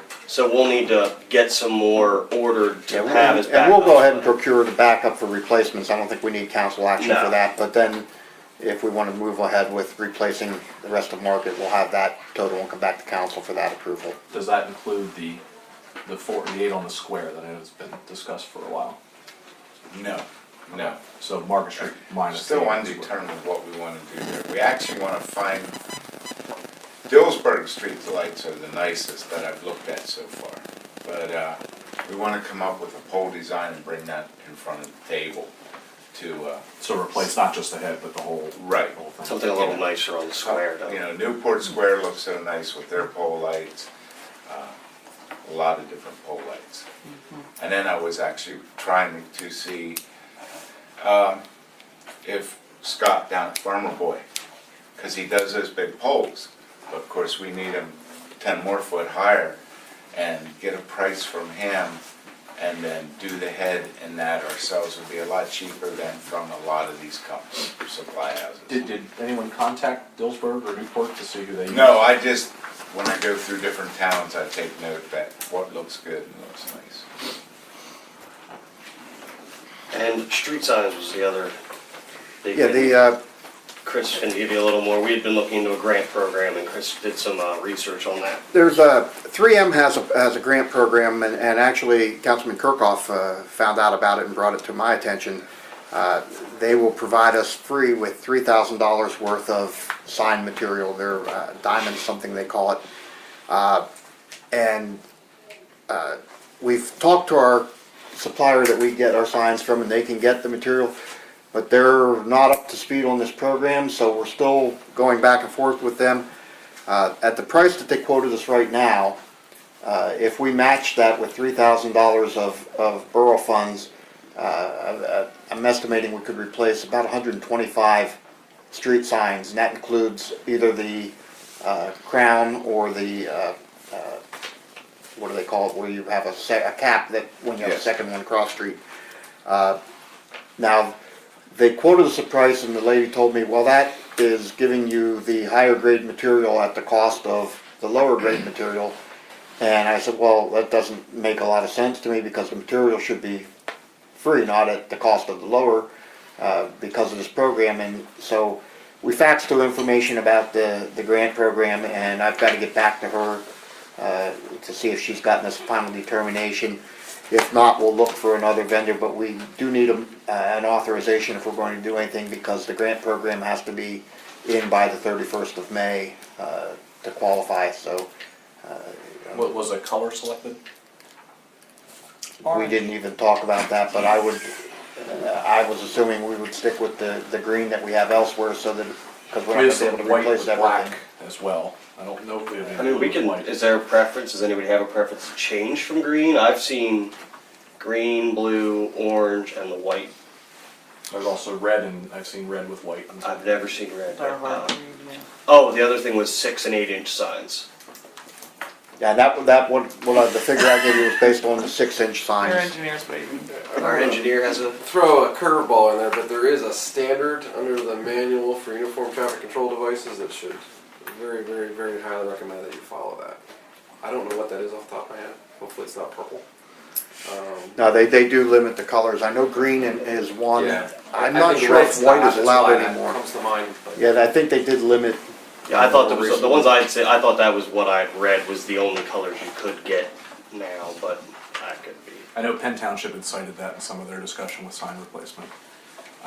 The only other thing that I would say is I don't know that any of our signs presently are this way, but I know in Carroll Township, their signs are reflective, as is the lettering on the signs. So when you shine a light on those signs, you get a white square. I think it's just good to have all the letters on the sign. Well, this coading, I think, is... My point is that either the sign or the lettering should be reflective. Yeah, no, I think This material is reflective, yes. Yeah. And I think that's also, I don't know if Greg knows, because it's a more traffic engineering thing, but I think that's also part of the standards now, that it Yeah. has to be the reflective material. Yeah, correct. Are we gonna order a couple extra Rachels? And that your 3,000 number didn't include any pole replacement? No, it Correct. did not, that does not include any poles. Do we have any poles here? I don't know. We probably have a few, yes, Craig, to answer your question. And I think I know there are varies some that are in- missing and some are shaped like Yeah, it this. varies in the height, and I Some are think tied to the curb. whether you go to the square or the round pole, whatever the sign, the I adapter. think too, at this point, if we procure the signs, we don't need to install them right away. We can come back and decide on appropriating money for poles if we need more poles. I thought that Poles are really the cheapest part of the whole. I thought we could actually sell some of the signs potentially as like a fundraiser for the, like I would like to buy my own street sign. Oh. You want to sponsor your streets? Yeah, exactly. I'd like I live on Lincoln Street. I would love to buy the sign that says Lincoln Street to have for myself. Not until we get one named Sesame Street. Maybe I want Lincoln Street. There should be a couple as long as nobody stole all the Lincolns. As long as Lincoln as a boyfriend was. I don't know how that would work. If Lincoln and Rachel.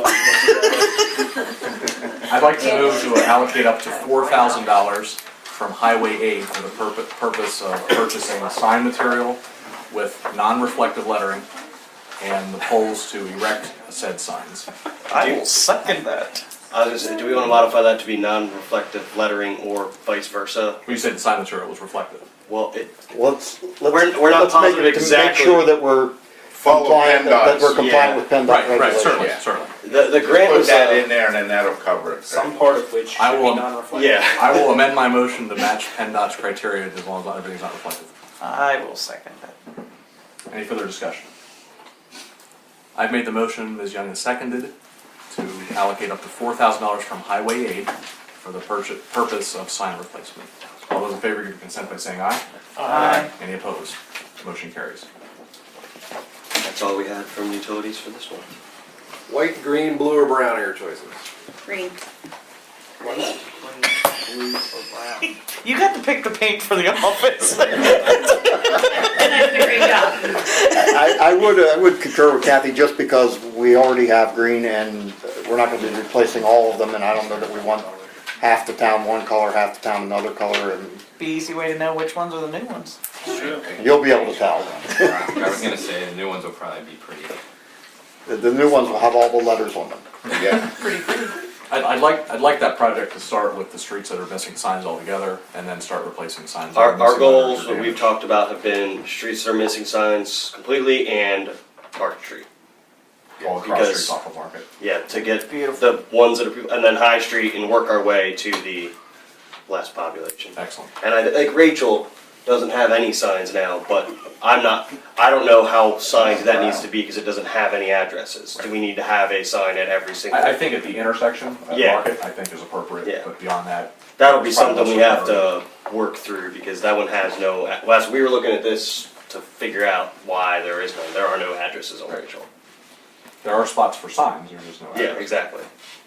Okay. Anything else under utility, streets, and infrastructure? Anything for Mr. Kirkhoff? Move on to revitalization and development, Mr. Adams. At the most recent committee meeting, we basically came to an agreement with the Borough Township map project on how we're gonna move forward with that. Lisa Landis is gonna produce a mock-up. I will have that for the next committee meeting, or council meeting, to show everybody what I'm talking about. We decided on how the profit from that map would be split, because it would be a joint project with Penn Township and us. Now, we didn't finalize anything, so I don't need to do any kind of motions or anything right now, but it was just kind of like, this is how we're gonna do it, you know, talking back and forth.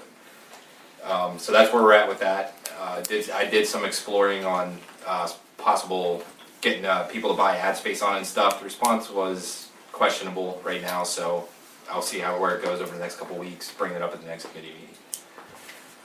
Next part here, as far as these floodplain issues, Chris brought this to my attention. Basically, this was sent to the borough office concerning our, what do you call it down there? The sewer plan. Sewer plan, thank you, because it's in the flood zone, and assuming, I didn't hear anything from any of the residents, and I don't see anyone here with one, so I don't know if they got them in the flood zone. And that's the first item, we don't know. Yeah. So the request is for authorization for us to do an informal survey to determine whether or not there's enough residents that have this requirement that it might make sense for the borough to issue an RFP to try to get a kind of a group rate for them to cut the cost of the elevation certificates. The idea being that one surveyor coming to town one time, doing a number of them, it should be less expensive than if you had, mobilization costs every time somebody comes. Greg, have you heard anything about how this is coming out? Yes, well, I heard from other sources this is coming out. Are they starting like with business properties, commercial properties? Yes, correct. I have not heard any from homeowners yet. Okay.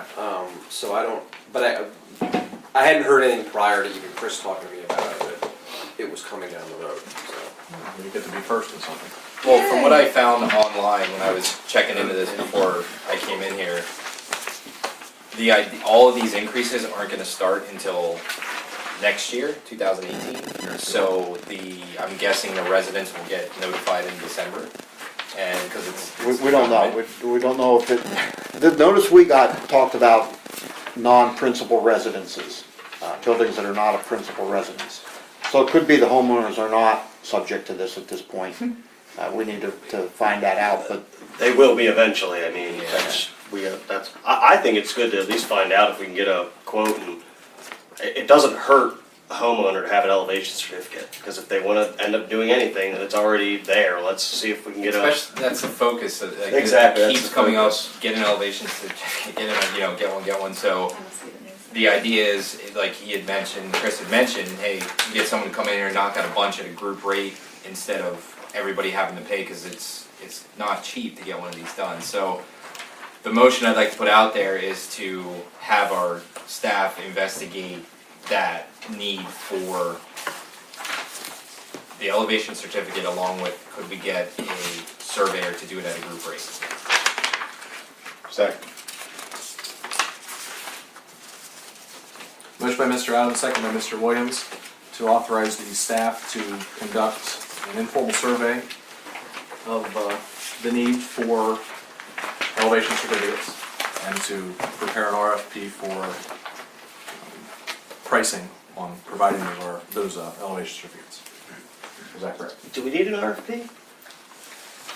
Or could that just be? It just It's cleaner, yeah. gonna go out to and again, I don't know, bring it it's back more of a to- negotiation, I thought it might be more of a negotiation, okay, can you? I don't know that if the borough's involved, I'll talk with the solicitor and see how we have to handle it, and we'll come back next meeting then with the results, because we may find that there's just not any interest, and why go to the trouble of putting out an RFP. And it may be hard to gauge interest if They didn't residents get don't that. have this in front of them. Well, and it may also tie in with the next item on the agenda as well, so. While I'll wait till the motion's on, sorry. My only, I guess if we do the RFP portion of it, is making sure that it's locked in for a period of time for the rate. Because if some of these folks aren't gonna be until next year, we don't wanna have to go through all this process again. And I would tell you that my guess is that if somebody would want to provide that sort of a discount, they would have a window that it would be available. I don't know that they would want to do it for, Well, plus this. the idea is for them to be able to come at once and do a number of them. Right. If they're gonna have to come back repeatedly, the only advantage would be that they're locking up possibly, a number of customers by offering that discount. I don't know that that's, we'll report back at the next meeting after we investigate it all, but we didn't wanna go any further until we solve council.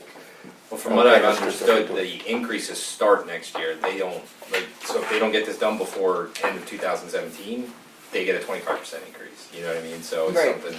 Yeah, cause the date says December 28th, 2017. Well, that could be for the commercial, that's for the that would be for like us as a business. Right, no, I'll check with FEMA and get clarification on that as So well. for them, it might not start next year. I couldn't find any differentiation on the website between commercial or resident. It just said people under the program, you know what I mean? Like, it didn't say like businesses this time and, Right. people, so. We have a motion by Mr. Adams, second by Mr. Williams, to engage with the staff to survey elevation certificates and prepare a bid or negotiate a price and enforce that elevation certificate. Any further discussion? All those in favor give your consent by saying aye. Aye. Any opposed? Motion carries. My question on this is, the borough carries flood insurance on the sewage plant, the wastewater treatment plant, through the National Flood Insurance Program, which is administered by FEMA. A new thing, and I don't know if anyone over there has any comment on it, but a new thing is apparently private flood insurance, non-FEMA flood insurance. Is there any experience in the room or any discussion? Have you heard anything? No. Okay. I asked one of my insurance agents today. He's heard of it, but he doesn't sell it. I have a friend who now has an insurance agency in Harrisburg who does, and she's provided me with some information. So I want to look at that a little more closely, and I'll forward it into the office for some review. I told you I had heard about Yes, that at the yes. meeting last year.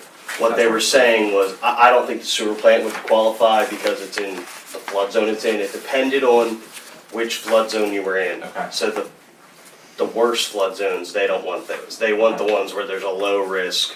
They're in the once every 100, 500 years, 1%, whatever, yeah, the yeah. 1%. 500 here. And they're looking at that and going, yeah, we can get that as a low price and not have much risk. I got some information from, like I said, a broker that I talked to, so I'll forward that on. They said it was gonna be a slower rollout, cause my assumption is that they're gonna try and line up their big rollout of that with this.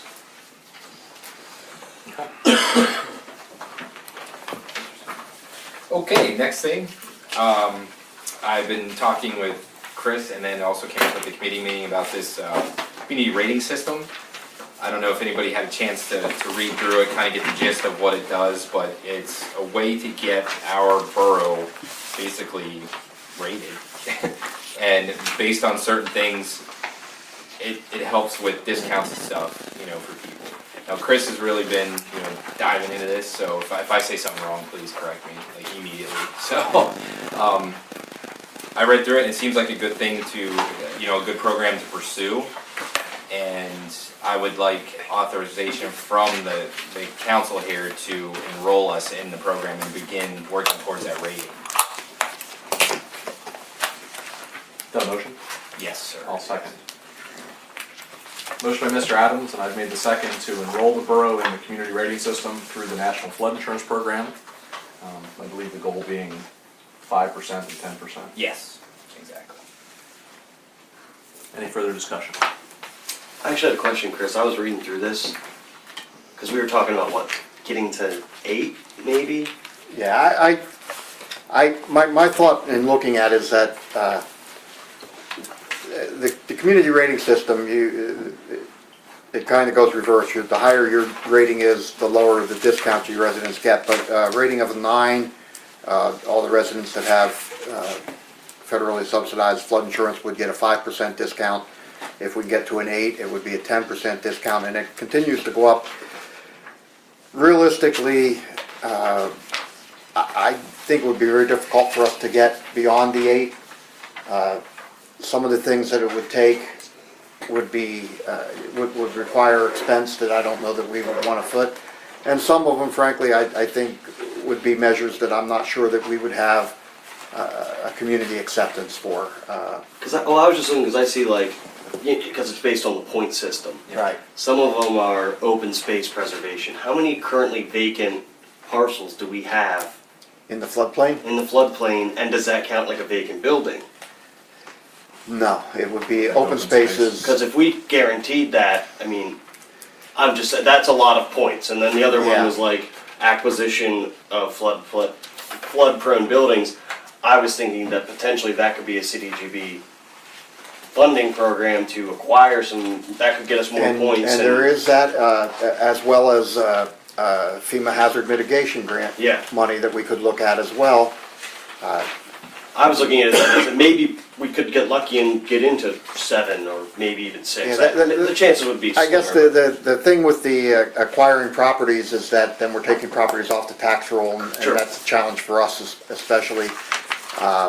You know, I think we'd rather try to see ways to encourage people to rehabilitate properties, and but you know, let's get to the 8, and we can always look at getting further.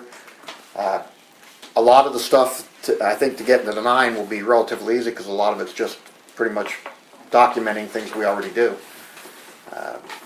You know, and one of the things it mentions, for example, the elevation certificates, having them on file. Yeah, I don't know how many points we'll get out of the maximum, because we have them on file for every new building that we've built in the past. Well, there was one specific. Because we've not built anything new. For new construction in the floodplain. Yeah, but we haven't had new construction in the floodplain, so, you know, we can say we have that, but we do have elevation certificates for everybody who's applied for permits and so forth, so, you know, we'll get some points there. And I think some was just computer record keeping, which with our new technology we could. Yeah, that's, I thought that, you know, I think the 9 will be not no effort, but minimal. I mean, a lot of it is like you say, documenting things that we already do. And On page, or table 2, which is the Public Information Series 300, I believe that a lot of that is pretty turnkey. I think a lot of that we can do or do in some fashion already. Exactly. The mapping and regulations become a little more challenging, and then the flood damage reduction and flood preparedness, I think, are probably the more challenging ones. Even based on, if you look at the maximum points versus the average points. If anyone in the room is wondering, this is on all over FEMA's website, and it's the National Flood Insurance Program administered by FEMA. It's their community rating system, or their CRS. The intention being that up until recently, all flood insurance was underwritten by FEMA and sold by FEMA essentially, and they have, kind of forced local municipalities into adopting floodplain management ordinances and such. And this is a way to maybe save the borough through the wastewater treatment plant, but also the homeowners that have properties in the floodplain or special flood hazard area to save some dollars on their insurance premiums. I can tell you that for a $40,000 policy I have on 1 South Market Street, when I bought the policy it was $400 a year, and that's no contents, that's just the building. And it's now over $1,200 a year for the same exact coverage. And based So on this, it's that's gonna tripled. double. It's tripled in 5 years, right? And it'll double if this all comes into play. So I think there's a great amount of potential. Anyone that finances or buys property in the floodplain, if you finance it through a bank, the bank's going to require flood insurance. If you own something free and clear in a floodplain, you don't have to carry flood insurance. But I don't know, I don't even know what the numbers are, who owns what free and clear, and what's financed within our flood areas, our special flood hazard areas. So this is something that I think the floodplain management thing is just going to keep haunting us and going to become more and more of a big deal for us as time goes on, and it's not helping. Yeah, until it's unsubsidized, it'll just keep, that's what this is trying to alleviate the subsidies essentially, so. Yeah, FEMA's put a lot of focus on preventing repetitive damage because they've had, the funding pressure because of, unless the disaster's in your state, a lot of congressmen and senators are against, funding the program, but it really kicked in after Katrina and especially after Sandy when, all these beach houses that, erosion from the storms and, they were covered by flood insurance, and you have millionaires with beach houses getting federal subsidies for, the one thing you have to keep in mind about the flood insurance is that if you're in the floodplain, it's not a question of if you will have flooding, it's a question of when. And they used to talk about it as the 100-year floodplain. They now call it the 1% because the 100-year made people think, oh, we had a flood, so we're not going to have another one for another 100 years. No, actually you have a 1% chance any year of having flooding there. So we know that at some point the rivers and the creeks are going to come up and we're going to have flooding, and so we want to try to do what we can to help our residents, and also one of the things that we've talked about, and there was some questions earlier tonight about blight, and one of the areas where we have a lot of blight is properties that are in the floodplain, and some of that I think is because of damages from previous floods and also from people not wanting to invest in properties where they know they're going to have the flooding, and the flooding has diminished property values. If we can encourage and get some of these floodproofing steps, that'll help those property values and help attack the blight problem, in that area as well. So, there's a lot of steps that we can look into. Even, we talked earlier about the wastewater treatment plant upgrades and the screw press.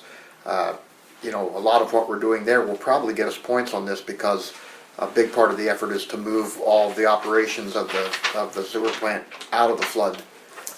Some of the stuff that's on the ground floor now, moving it up, elevating it so that it won't get damaged in floods, and so the plant can remain operational. So that will help.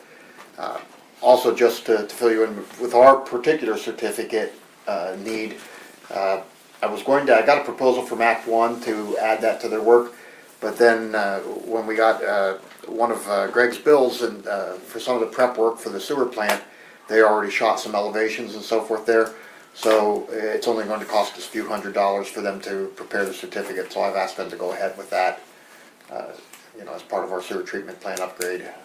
so we will have our elevation certificate to avoid this increase. It's my understanding the going rate of a floodplain certification for the average property is just under $1,000. You're looking at $700-800 or so for an average residential property to have a floodplain certification done. I've heard between 500 and 1,000, but with 750 seeming to be a popular figure, but I don't know, it depends on the surveyor and. There ain't that many that do it. No, If this is not for yet. real, there's gonna be a lot of busy surveyors out there. Yeah. We didn't vote on the motion yet. Not yet. Sorry. All right, any further discussion? Mr. Adams made a motion, I seconded to enroll in the community rating system through the National Flood Insurance Program in hopes of achieving an 8 on our rate class. Any further discussion? All those in favor give your consent by saying aye. Aye. Any opposed?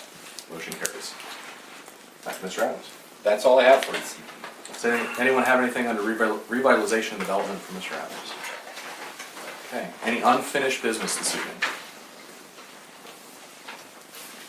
Any new business this evening? Anyone in the room like to make a comment? We have a second public comment session here at the end of the meeting. I make a motion for adjournment. Second. We